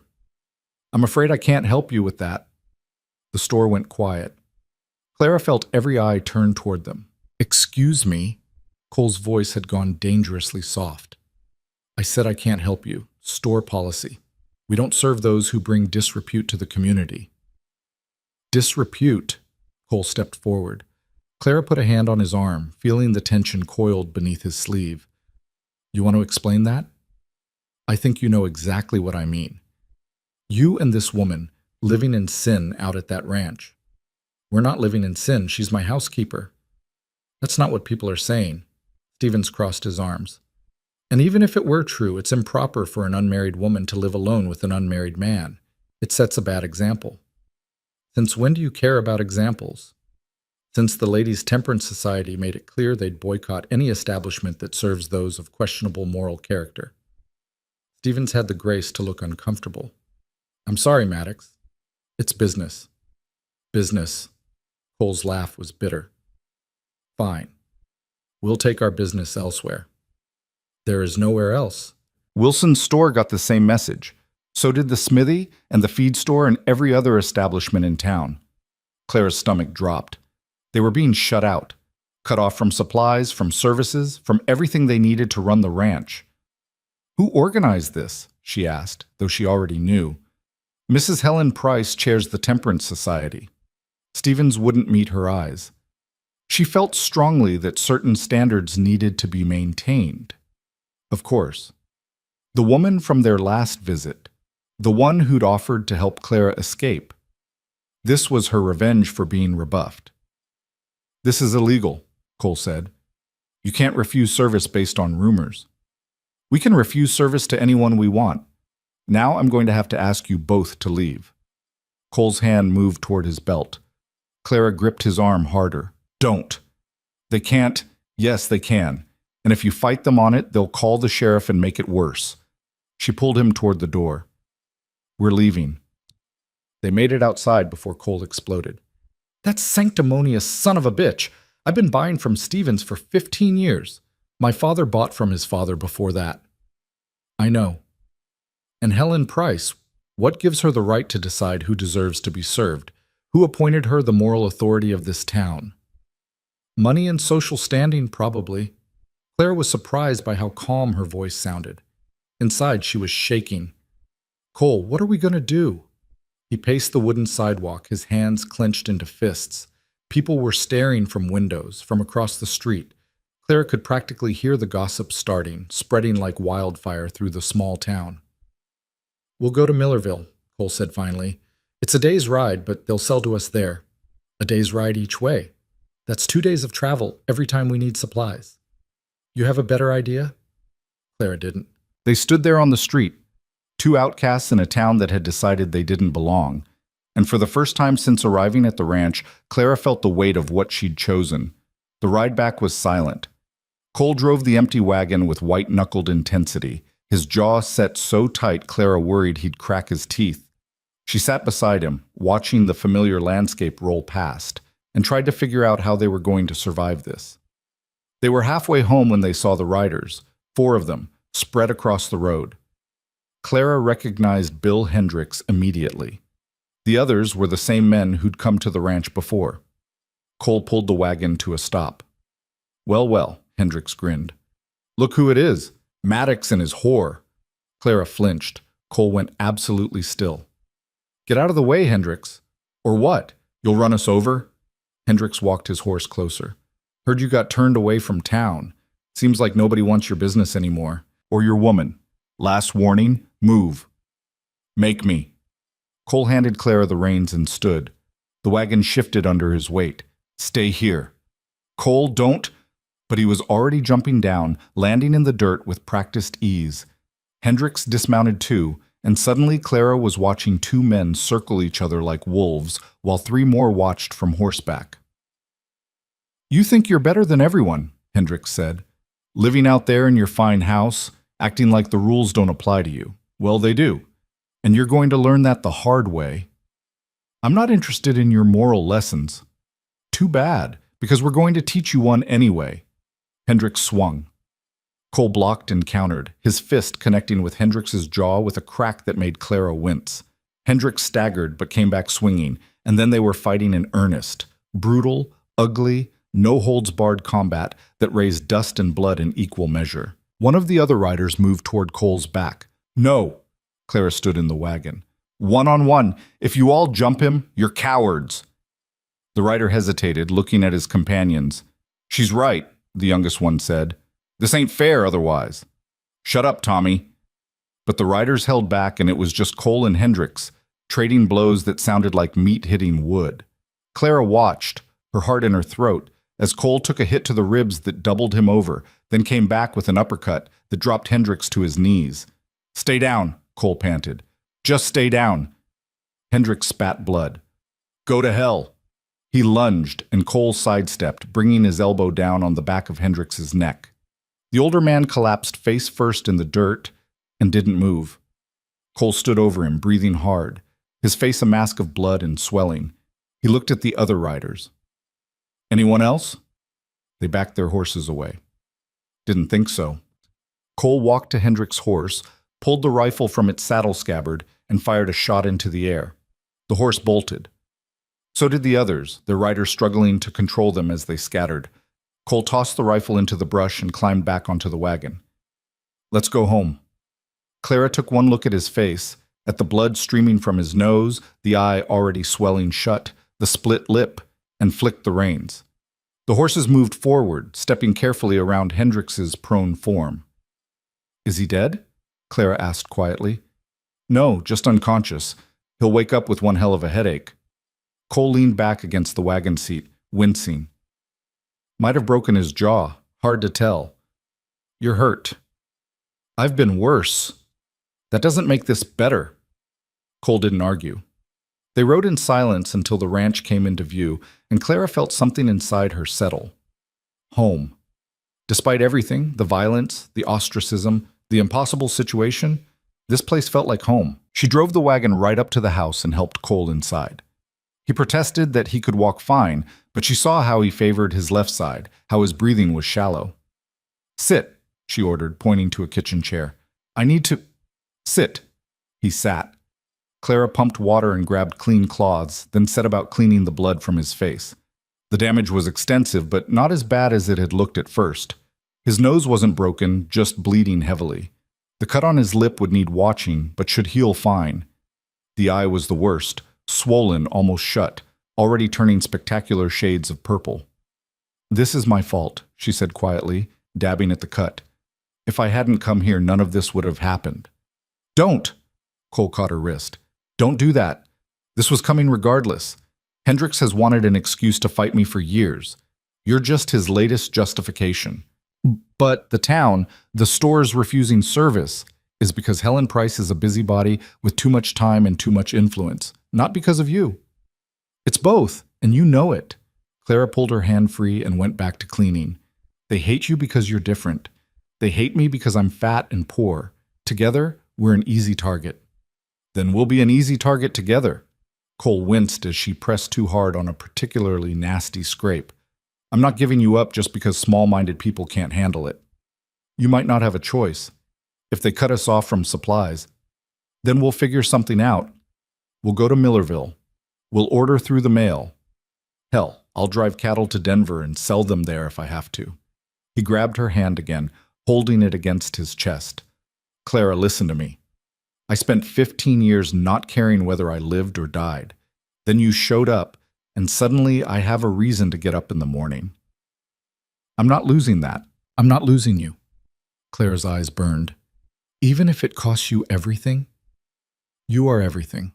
The words hung between them, simple and devastating.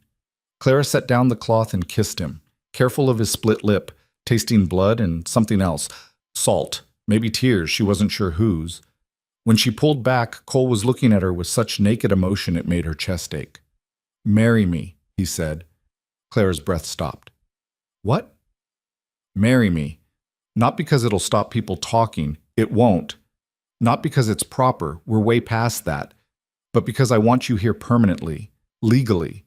Because I want everyone to know you chose this. Chose me." "Cole, that's insane, I know. We've known each other less than a month. You should probably say no. Any sane person would." He was talking faster now, the words tumbling out. "But I'm asking anyway because life's too short to waste time pretending we don't know what this is. So what do you say? Will you marry a broke, angry, damaged rancher who comes with a dead family and a terrible reputation?" Clara started laughing. She couldn't help it. The absurdity of it. Him sitting there with blood on his face, asking her to marry him in a kitchen that she'd scrubbed clean while he'd been out getting beaten half to death defending her honor. "Is that a yes or a no?" Cole asked, starting to look worried. "It's a yes, you idiot." Clara kissed him again. Yes, I'll marry you, even though you're right. It is insane. Even though this will make everything harder. Even though people will say terrible things and we'll probably have to ride 2 days for supplies and your nightmares might wake me up screaming. You're sure? I've never been more sure of anything. And she realized it was true. This felt right in a way nothing else in her life ever had. When? Soon as possible. Tomorrow, if we can find a preacher willing to do it. That might be difficult, given the current circumstances. Then we'll ride to the next county, or the one after that. I don't care how far we have to go. He stood, pulling her up with him despite his injuries. I want you to be my wife, Clara Boone.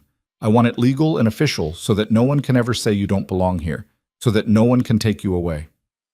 No one could take me away anyway. I'd fight them. I know. I watched you threaten 4 men with a rifle you didn't know how to shoot. He smoothed her hair back from her face. You're the bravest person I've ever met. Or the stupidest. That too. He kissed her forehead.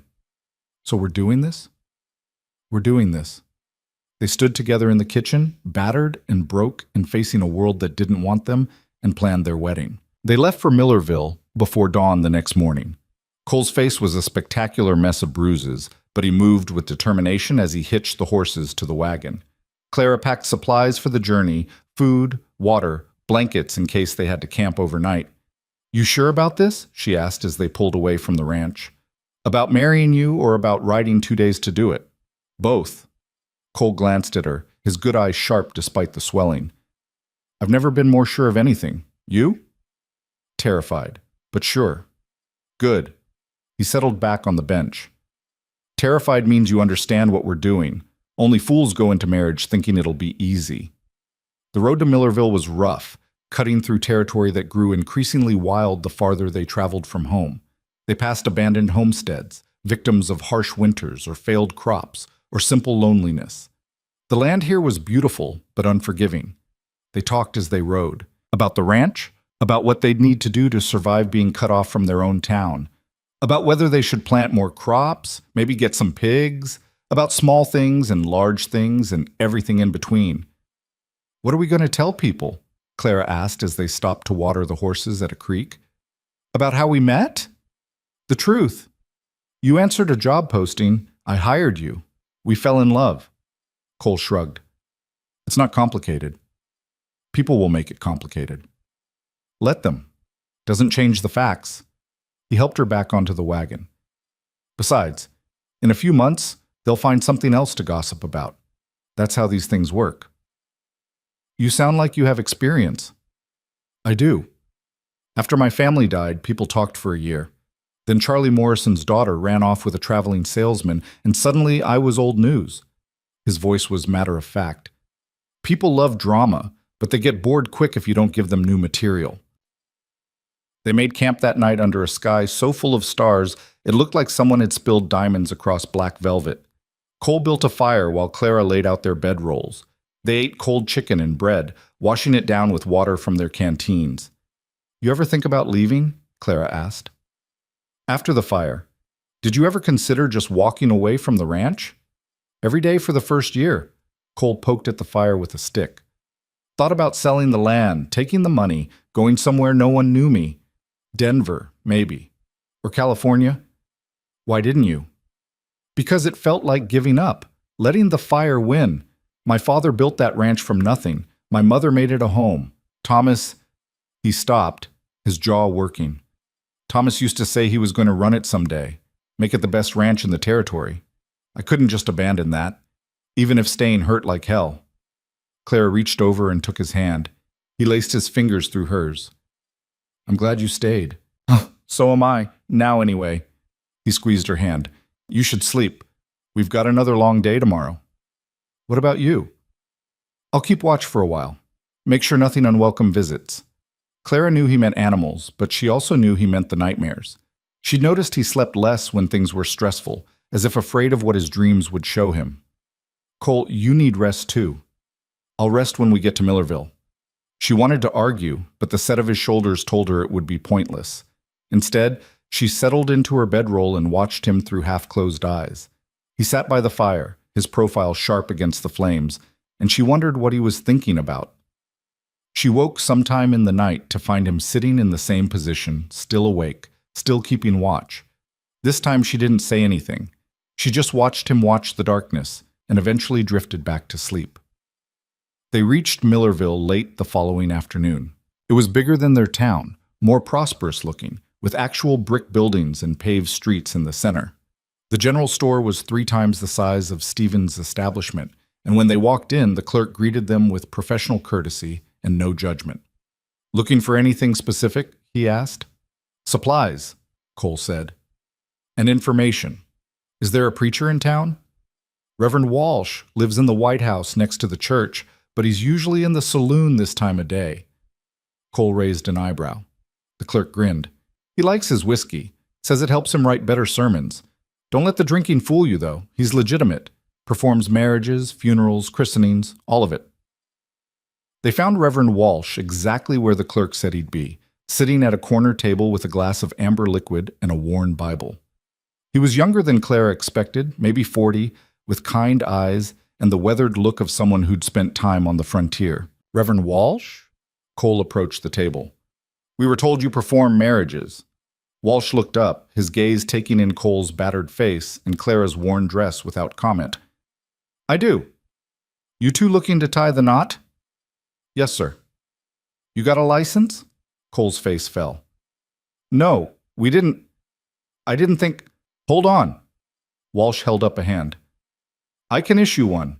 It's legal in this county. Cost you $5 for the license and another $10 for the ceremony. That work for you?" "Yes." Cole pulled out his wallet, counting bills. "Thank you." "Don't thank me yet. I've got some questions first." Walsh gestured to the empty chairs. "Sit." They sat. "Names?" Walsh pulled out a small notebook. "Cole Maddox, Clara Boone." "Ages?" 39, 23. Walsh wrote it down. "Either of you married before?" "No," they said in unison. "Good. That simplifies things." Walsh looked at Clara. "Miss Boone, are you entering this marriage of your own free will? No one forcing you or coercing you in any way?" "I'm choosing this freely," Clara said firmly. "And you understand that marriage is a permanent commitment, for better or worse, till death parts you?" "I understand." Walsh turned to Cole. "Mr. Maddox, same question. You entering this freely?" "Yes." "You understand the responsibilities you're taking on, that you'll be legally bound to provide for and protect your wife?" "I understand." "All right, then." Walsh closed his notebook. "I can perform the ceremony tonight if you want. Got a hotel room where you're staying?" "Not yet. There's a decent place down the street. Mrs. Patterson runs it. Tell her I sent you and she'll give you the married couple's rate." Walsh finished his whiskey. "Meet me at the church at sundown. I'll have everything ready." They left the saloon in a daze. Outside, Clara grabbed Cole's arm. "This is really happening." "Having second thoughts?" "No, just, it's fast. We're really doing this. We can wait if you want. Take more time to think about it." Clara looked at him standing there in the dusty street, his face a mess of bruises, his expression cautiously hopeful. This man who'd taken her in when she had nowhere to go, who'd defended her against his neighbors, who'd kissed her like she was something precious. "No waiting," she said. "We do it tonight." Cole's face broke into a genuine smile, and Clara realized it was the first time she'd seen him look truly happy. Mrs. Patterson's hotel was clean and cheap. She gave them a room with a real bed and a wash basin without asking questions, though her eyes lingered on Cole's bruises. Clara washed the trail dust off, while Cole went to purchase their supplies and arrange for them to be loaded on the wagon. When he returned, she was sitting on the bed in her only good dress, the one she'd worn to the ranch that first day, now cleaned and mended. "You look beautiful," Cole said from the doorway. Clara laughed. "I look like exactly what I am, a poor woman in a poor dress." "You look like the woman I'm going to marry." He crossed the room and knelt in front of her. "Clara, I don't have much to offer you. The ranch is mortgaged. I've got debts. The whole town hates me. But I promise you, I'll work every day to make sure you never regret this choice." "I already don't regret it." She cupped his bruised face. "And you have more to offer than you think. You have yourself. That's enough." He kissed her palm, then stood and offered his hand. Ready? Ready. The church was small but well maintained. Reverend Walsh was waiting inside along with 2 witnesses he'd recruited from somewhere, a middle-aged couple who introduced themselves as the Hendersons. "We run the mercantile," Mr. Henderson explained. "Reverend asked if we'd stand witness. Hope that's all right." "More than all right," Clara said. "Thank you." The ceremony was simple. Walsh read from his Bible, asked them to repeat their vows, declared them husband and wife. Cole had purchased a simple gold band from the general store, and he slid it onto Clara's finger with hands that shook slightly. "You may kiss your bride," Walsh said with a smile. Cole kissed her, and Clara felt something inside her settle into place. This was right. This was real. This was hers. They signed the marriage certificate, the Hendersons witnessed it, and just like that, Clara Boone became Clara Maddox. "Congratulations," Walsh said, shaking both their hands. "May you have many happy years together." "Thank you, Reverend." Cole's arm was around Clara's waist, holding her close. "For everything." Outside, the sun had fully set, and stars were beginning to appear. Cole and Clara walked back to the hotel in silence, but it was a comfortable silence, full of promise rather than uncertainty. In their room, Cole was suddenly nervous. "I can sleep on the floor if you want. We don't have to. We can take this slow." "Cole?" Clara stopped his rambling with a kiss. "We're married. I want this." "You're sure?" "Stop asking me if I'm sure. I married you, didn't I?" He laughed, and some of the tension left his shoulders. They made love awkwardly at first, both of them inexperienced, both trying too hard. But then Clara started laughing at how ridiculous they were being, and Cole joined in, and somehow that made it better, made it real and human and theirs. Afterward, they lay tangled together in the narrow bed, Cole's fingers tracing patterns on Clara's shoulder. "What are you thinking?" she asked. "That I'm the luckiest man alive." "Liar. You're thinking about the ranch, about what we're going to do when we get back." Cole was quiet for a moment. "Maybe a little of both." "Tell me." "I'm thinking we need to be smart about this. The town's cut us off, but they can't stop us from trading elsewhere. Millerville's far, but it's doable. We can make the trip once a month, stock up on everything we need." He shifted, pulling her closer. "I'm also thinking about expanding the cattle operation. If we can drive a larger herd to Denver next spring, we could make enough to pay down the mortgage." "What about the garden?" "I could expand it, preserve more vegetables for winter, maybe trade with some of the other outlying ranches." "That's good. We should talk to people outside our town, build relationships there instead." Cole was getting animated now, his mind working through possibilities. "We don't need them. We never did. We just thought we did, because that's what we knew." Clara kissed his shoulder. "We're going to be fine." "We are." He sounded surprised, like he was just now realizing it. "We actually are." They fell asleep wrapped around each other, and for the first time since Clara had known him, Cole slept through the night without nightmares.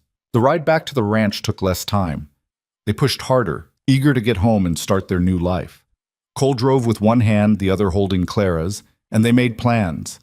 They'd convert one of the empty rooms into a proper office. They'd fix the chicken coop that was falling apart. They'd plant apple trees behind the house. Small plans, practical plans, plans that assumed a future together. They were still 5 miles from home when they saw the smoke. Cole pulled the wagon to a stop so fast Clara had to grab the seat to keep from being thrown forward. He stood, staring at the horizon, his face gone white. "No," he whispered. "No, not again." The smoke was coming from the direction of the ranch, black and thick, rising into the sky like a dark pillar. Cole jumped down from the wagon and started running. "Cole, wait!" Clara grabbed the reins, urging the horses faster, but he was already ahead of her, running full out across the prairie toward the smoke. By the time she got the wagon close enough to see clearly, her hands were shaking so hard she could barely hold the reins. The barn was burning. Not the house. Thank everything, not the house.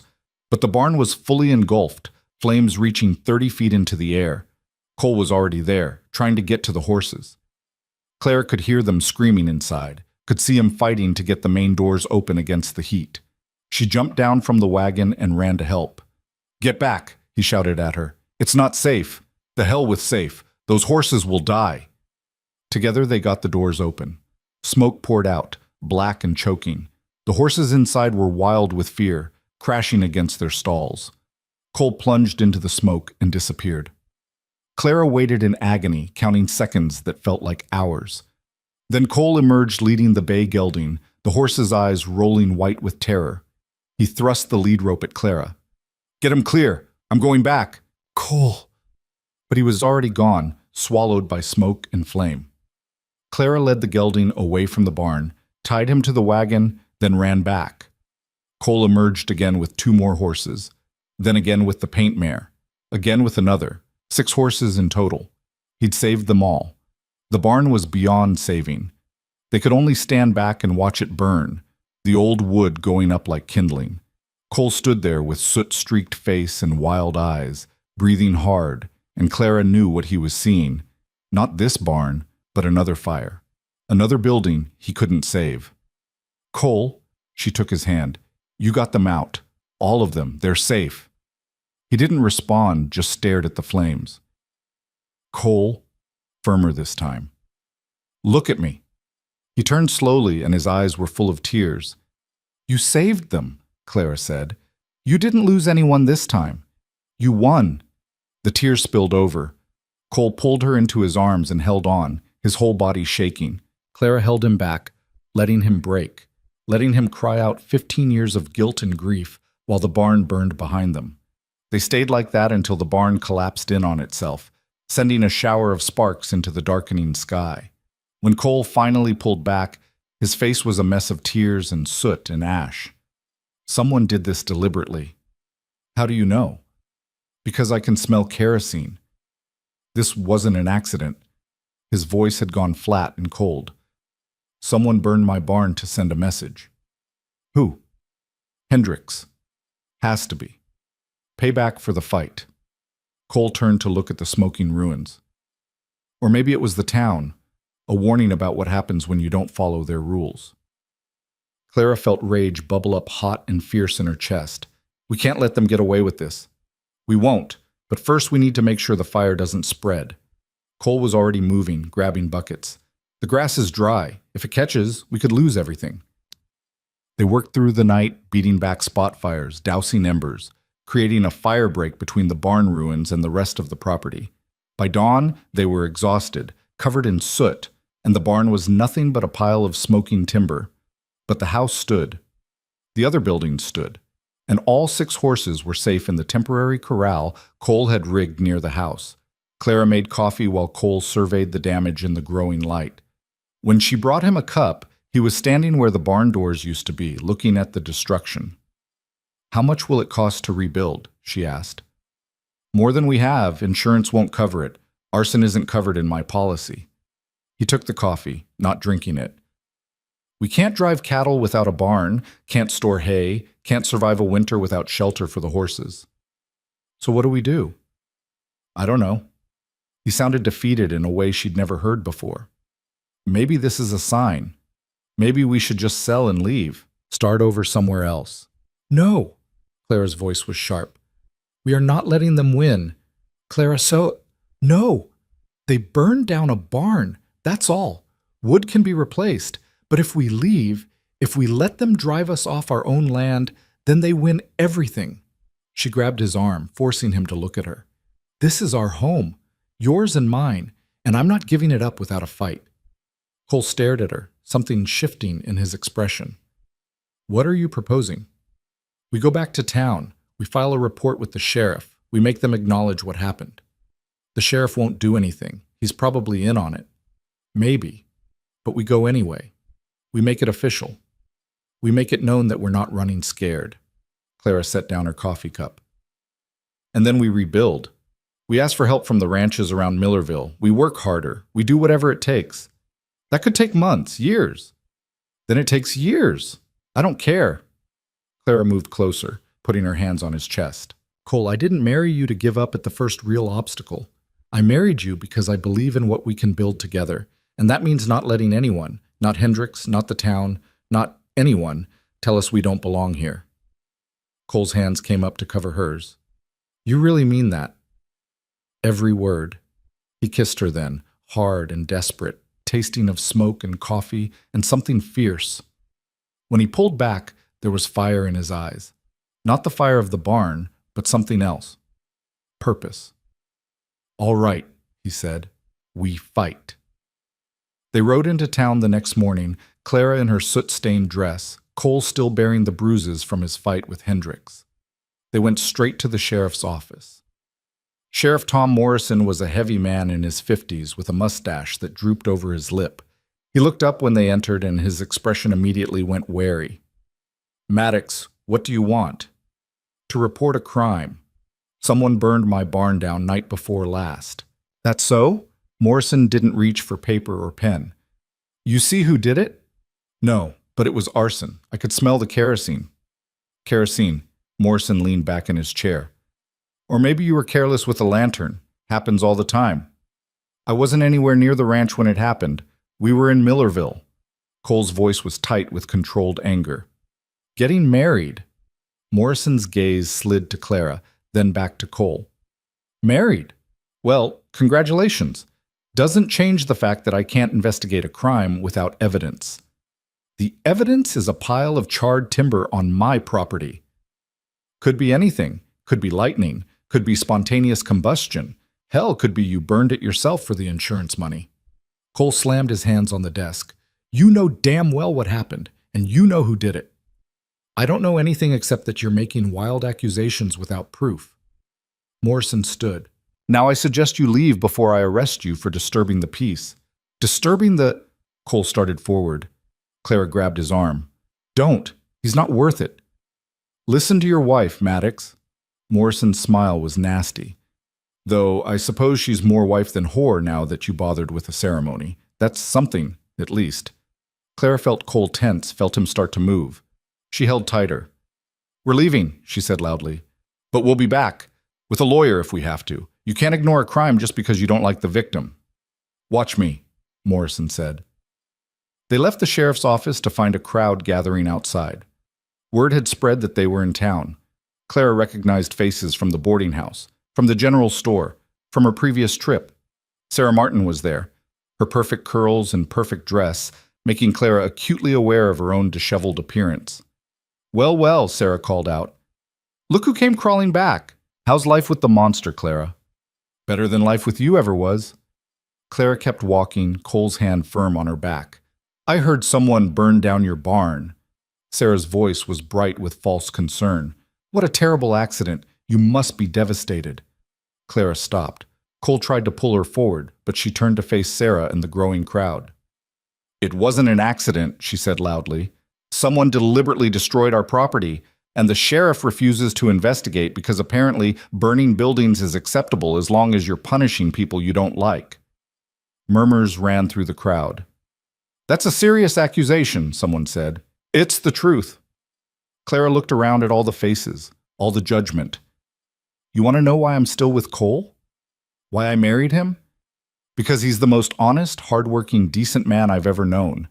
He's treated me with more respect and kindness in 2 months than any of you showed me in years. So yes, someone burned our barn. And yes, we're going to rebuild. And no, we're not leaving. This is our home, and we have just as much right to it as anyone here." "You're living in sin," an older woman called out, "setting a bad example for decent folk." "We got married 2 days ago in Millerville. Reverend Walsh performed the ceremony. It's legal and binding. So no, we're not living in sin." Claire's voice was steady despite the way her heart was pounding. "But even if we were, that wouldn't give anyone the right to destroy our property or deny us basic services." "The stores have the right to refuse service to anyone," Helen Price's voice cut through the crowd. She pushed forward, her expensive dress making everyone else look shabby.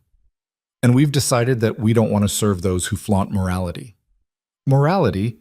Clara almost laughed. "You want to talk about morality? What's moral about cutting off a family's access to supplies? What's moral about burning down someone's barn? What's moral about a whole town ganging up on 2 people just because they make you uncomfortable?" "We didn't burn anything," Helen said coldly. "Maybe you didn't light the match. But you created the atmosphere where someone felt justified doing it." Clara stepped closer to Helen, and the other woman actually stepped back. "You want us gone because we don't fit your idea of what's proper. Well, here's some news. We're not going anywhere. You're going to have to learn to live with us. We'll see about that, Helen said. Yes. Clara's voice was steel. We will. She turned and walked back to where Cole waited with the wagon. The crowd parted to let them through. As they climbed onto the bench, Clara caught sight of Pete, the old man who'd given her a ride to the ranch that first day. He tipped his hat to her, a small gesture but deliberate. And Mrs. Patterson from the hotel was there too, having made the trip for market day. She gave Clara a tiny nod. Not everyone was against them. That was something. They drove out of town in silence. When they were clear of the buildings, Cole said, "That was either very brave or very stupid." "You said that to me once before." "And you said, 'Can't I be both?'" Clara finished. "I meant it then. I mean it now." Cole was quiet for a moment. "You know this makes everything harder. Now they know we're not leaving. They'll fight dirtier." "Let them. We'll fight back." "Clara, no." She turned to face him. "I'm done being afraid. I'm done being the fat girl everyone mocks. I'm done shrinking and hiding and hoping people will be kind if I just make myself small enough. I'm Clara Maddox now, and Clara Maddox doesn't back down." Cole pulled the wagon to a stop and kissed her. "Damn right she doesn't." Rebuilding the barn became their mission. Cole rode to Millerville and the other outlying ranches, asking for help. Some turned him down flat. But others, those who'd had their own problems with the town, who understood what it was like to be outsiders, agreed to help. Pete showed up one morning with a wagon full of timber. "Had it left over from a project," he said gruffly. "Figured you could use it." A family named the Johnsons, who ran a small ranch 20 miles west, sent their 2 sons to help with construction. "We don't have much," Mrs. Johnson said when she delivered them, "but we remember when folks helped us. Time to pay it forward." Even Reverend Walsh made the trip from Millerville, bringing supplies and offering to help however he could. "Heard what happened," he said. "Figured you could use some support." Slowly, board by board, the new barn took shape. It was smaller than the old one, simpler, but it was solid. Clara worked alongside the men, hauling timber, holding boards, doing whatever needed doing. Her hands developed new calluses. Her arms grew stronger. Her back learned to handle the strain. In the evenings, she cooked for whoever had come to help, stretching their supplies to feed everyone. They ate together at the big table Cole had built outside, and the ranch that had been so silent for so long filled with voices and laughter. Cole changed during those weeks. The hard edges softened slightly. He smiled more. He talked to people without that constant wariness. One evening, Clara came outside to find him teaching the Johnson boys to play the harmonica he'd pulled from somewhere in the house. "Didn't know you could play," she said. "Haven't in years. Thomas used to love it. Made me play every night before bed." Cole's voice was wistful rather than pained. Figured it was time to remember the good things instead of just the bad. The barn was finished 3 weeks after it burned. It wasn't fancy, but it was functional. The horses moved in immediately, settling into the new stalls like they'd always been there. Cole stood looking at the completed structure with something like wonder on his face. "We did it." "We did." Clara slipped her hand into his. "And we'll keep doing it, whatever comes next." What came next was winter. The first snow fell in late October, light and tentative. By November, it was coming down in earnest, blanketing the ranch in white. Clara had never experienced a frontier winter before. The cold was brutal, biting through layers of clothing and making the simple act of getting water from the well an ordeal. But the barn stood firm. The house stayed warm. They had enough supplies from their trips to Millerville to last through the worst of it. The cattle huddled together in the fields, and Cole checked them daily, making sure none were lost to the cold. On Christmas Eve, they sat together in front of the fireplace. Cole had surprised her with a gift, a new dress he'd commissioned in Millerville, deep blue with white lace at the collar. Clara had made him a quilt, stitching it in secret during the hours he was out working. "I don't have much to give you," he said, watching her hold up the dress. "But I wanted you to have something nice." "It's perfect." Clara kissed him. "Thank you." "What about you? You happy here?" Clara looked around the room, at the fire crackling in the hearth, at the furniture she'd polished until it gleamed, at the curtains she'd made, the rug she'd beaten clean, the little touches that made this place a home. Then she looked at Cole. His face relaxed in the firelight, his eyes soft when they looked at her. "I've never been happier," she said honestly. "Even with everything, the town hating us, the isolation, the constant struggle. Especially with all that. Because it's ours. We built this together." She moved closer, curling into his side. "And I'd rather have the hard life with you than an easy life with anyone else." Cole wrapped his arms around her. "I love you, Clara Maddox." It was the first time he'd said it out loud. Clara's eyes burned. "I love you too." They sat together while the fire burned low and the snow fell outside, and Clara thought about how far she'd come.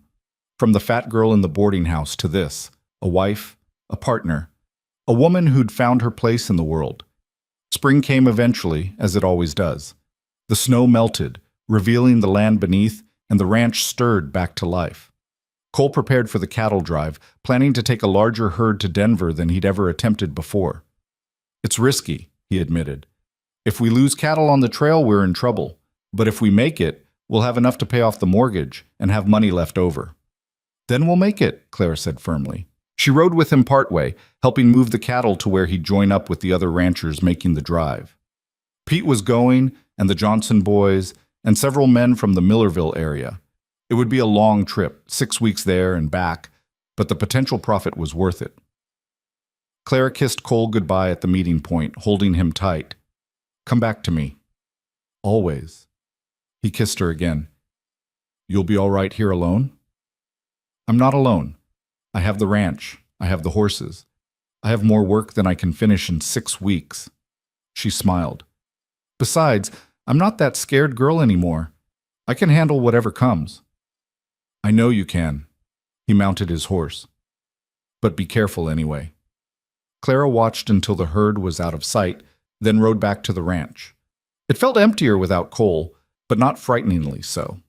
She had her garden to tend, animals to care for, a house to maintain. She fell into a rhythm, working from dawn to dusk, then sitting on the porch in the evenings watching the sunset. She was mending a fence 3 weeks into Cole's absence when a wagon appeared on the road. Clara's hand went automatically to the rifle she now carried everywhere, but as the wagon got closer, she recognized the driver. Mrs. Hadley. The boarding house matron pulled up in the yard, her expression pinched and disapproving as always. Clara set down her tools and walked over, keeping her face neutral. "Mrs. Hadley, what brings you all the way out here?" "I came to talk some sense into you." Mrs. Hadley climbed down from the wagon with difficulty. "I heard you married that Maddox man. I can't believe you'd be so foolish." "Believe it. We're married." "Well, you can get unmarried. Annulment, divorce, there are ways." Mrs. Hadley looked around the ranch with distaste. "This is no life for you, Clara. Living out here in the middle of nowhere with a violent man everyone knows is dangerous. Come back to town. I'll take you in again." Clara almost laughed. "You were going to kick me out before I left. Don't pretend this is charity. I'm trying to save you from making a terrible mistake." "The mistake was staying at your boarding house as long as I did." Clara crossed her arms. "I'm not coming back. This is my home. Cole is my husband, and I'm happy here." "Happy? Look at yourself. You're dirty. Your hands are rough. You're doing manual labor like a common farmhand. And I love it," Clara interrupted. "Every bit of it, because it's mine. I'm not some charity case here. I'm not the fat girl everyone mocks. I'm Clara Maddox, and this is my ranch." "Your ranch?" Mrs. Hadley's voice dripped scorn. "You don't own anything. You're just his wife. The moment he gets tired of you, he won't. You can't know that. Men like him, violent men with terrible tempers, they always turn on their wives eventually. Cole has never laid a hand on me, never threatened me, never made me feel anything but valued and loved." Clara stepped closer. "You want to know what violence looks like, Mrs. Hadley? It looks like you. You and the other women in town who made my life hell, who mocked me and excluded me and made me feel worthless. That's violence too. Just because you don't use your fists doesn't mean you don't hurt people." Mrs. Hadley's face went red. "How dare you?" "I dare because I'm done being afraid of you, done being afraid of what anyone thinks." Clara pointed to the road. "Now you can leave. And you can tell everyone in town that I'm not coming back. Not now, not ever. Tell them Clara Boone is dead. There's only Clara Maddox now, and she doesn't give a damn what any of you think." Mrs. Hadley sputtered, her face going from red to purple.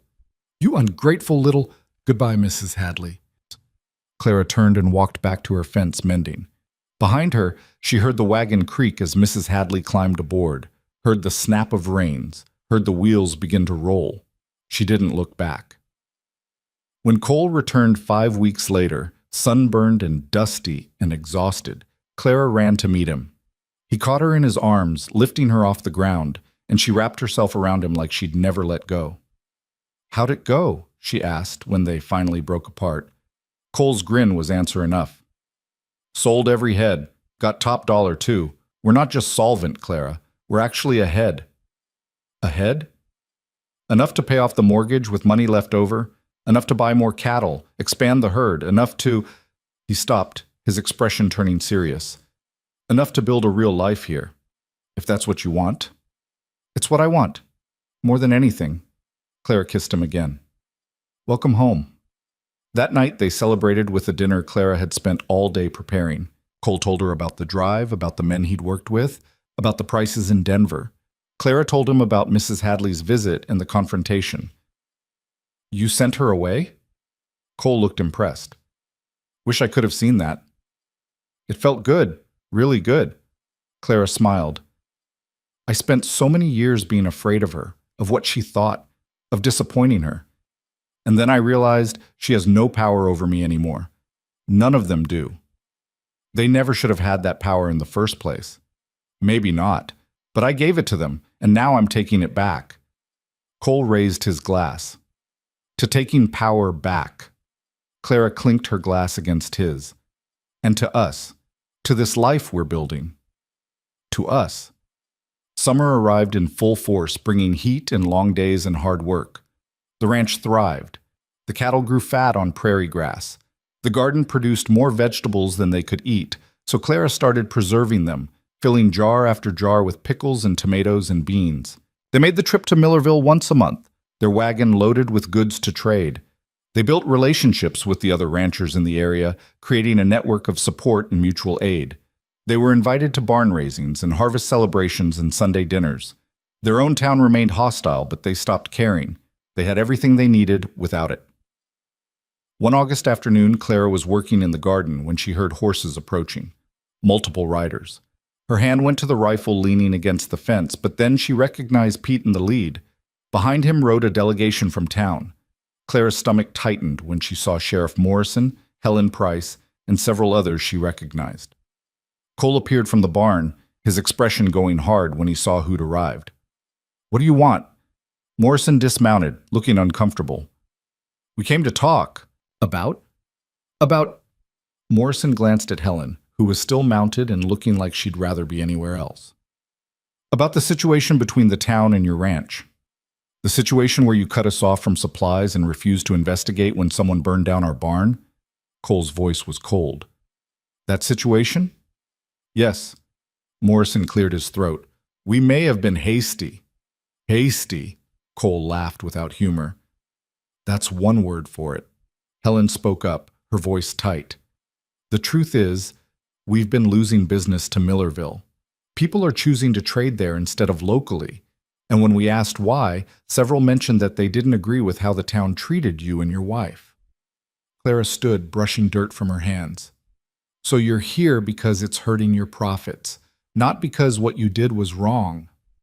"It was wrong." The words came from an unexpected source, a man Clara didn't recognize. He dismounted and approached them. "I'm Robert Stevens. I run the general store." Clara remembered him refusing them service. "I was wrong to turn you away," Stevens continued. "I let fear and pressure from others override my better judgment, and I've regretted it ever since." "Regret doesn't rebuild a barn," Cole said flatly. "No, but maybe action can." Stevens pulled an envelope from his pocket. "I took up a collection from people in town who felt bad about what happened. It's not enough to rebuild what you lost, but it's something." Cole didn't reach for the envelope. "Why now? What changed?" "You did," Pete spoke up from his horse. "You and Clara. You didn't run. You didn't hide. You built your lives anyway, and you did it with dignity. Made the rest of us look at ourselves and not like what we saw. Helen shifted in her saddle. I still don't approve of the way you two conducted yourselves, but I can't deny that the treatment you received was disproportionate. She looked like the words were being dragged from her. The Ladies' Temperance Society has voted to lift the ban on serving you. You're welcome to conduct business in town again. Clara looked at Cole. He looked back at her, and they had one of those silent conversations married couples develop. We appreciate the offer, Clara said finally, but we don't need it. What? Helen looked shocked. We've built relationships elsewhere, with people who accepted us from the start, people who didn't need to see us suffer before deciding we deserved basic human decency. Clara moved to stand beside Cole. So thank you, but no. We'll keep doing business in Millerville. But, Stephen started. However, Cole cut him off, we're willing to consider selling our surplus vegetables and cattle to individuals. Not through the stores, direct sales only. If someone wants to come out here and conduct business with us personally, we're open to that. Morrison looked relieved. That's fair. More than fair, considering. It's not about fairness, Clara said. It's about making you understand that we don't need you. We never did. You need us more than we need you. And maybe if you remember that, you'll think twice before deciding someone doesn't deserve to be part of your community. Helen's face was red, but she nodded stiffly. Understood. The delegation left shortly after, Stevens pressing the envelope into Cole's hands before he went. Cole didn't open it until they were gone. Inside was $300 and a note. For the barn, for the harm, for the future. We're sorry. Your neighbors. Cole stared at the money. This is more than the barn cost to rebuild. Then we use it for something else. More cattle, better equipment, whatever we need. Clara leaned against him. But we don't forget what they did. We don't pretend it didn't happen. No, we don't forget. Cole folded the envelope and put it in his pocket. But maybe we can forgive. Eventually. Maybe. They stood together in the yard of their ranch, watching the dust from the departing riders settle. The sun was starting its descent, painting everything gold and orange. The cattle lowed in the distance. The horses whickered in the new barn. The garden rustled in the evening breeze. You know what I realized? Clara said. What? They didn't break us. They tried. They did everything they could think of to drive us away, to make us miserable, to prove we didn't belong. But we're still here. Stronger than before. We are. Cole kissed the top of her head. Because you refused to let them win. We refused, together. As they walked back to the house, Clara thought about that first day. About the scared, desperate girl who'd arrived with nothing but a worn dress and a determination not to die quietly. About how Sarah and the others had sent her here as a joke, expecting her to fail, expecting humiliation. They'd gotten it wrong. So wrong. Because Clara hadn't failed. She'd succeeded beyond anything she could have imagined. She'd found a home, found love, found herself. And the ranch that was supposed to break her had instead made her whole. Inside, Cole started making dinner while Clara set the table. They moved around each other with the easy familiarity of people who'd learned each other's rhythms. Later, they'd sit on the porch and watch the stars come out. They'd make plans for tomorrow, next week, next year. They'd talk and laugh and just be together, because they'd earned this. Every hard-won moment of peace and happiness. They'd fought for it, bled for it, refused to surrender it. And in a dusty frontier town where people still whispered about the dangerous rancher and his unlikely wife, Cole and Clara Maddox built their life. One day at a time, one choice at a time, one moment of stubborn, defiant, beautiful survival at a time. The joke had been on Clara. That's what the girls thought, what everyone thought. But the joke, it turned out, was on them. Because the girl they'd sent away to fail had come back transformed. Not because she'd changed who she was, but because she'd finally found a place where who she was enough. And in the end, that was the greatest victory of all.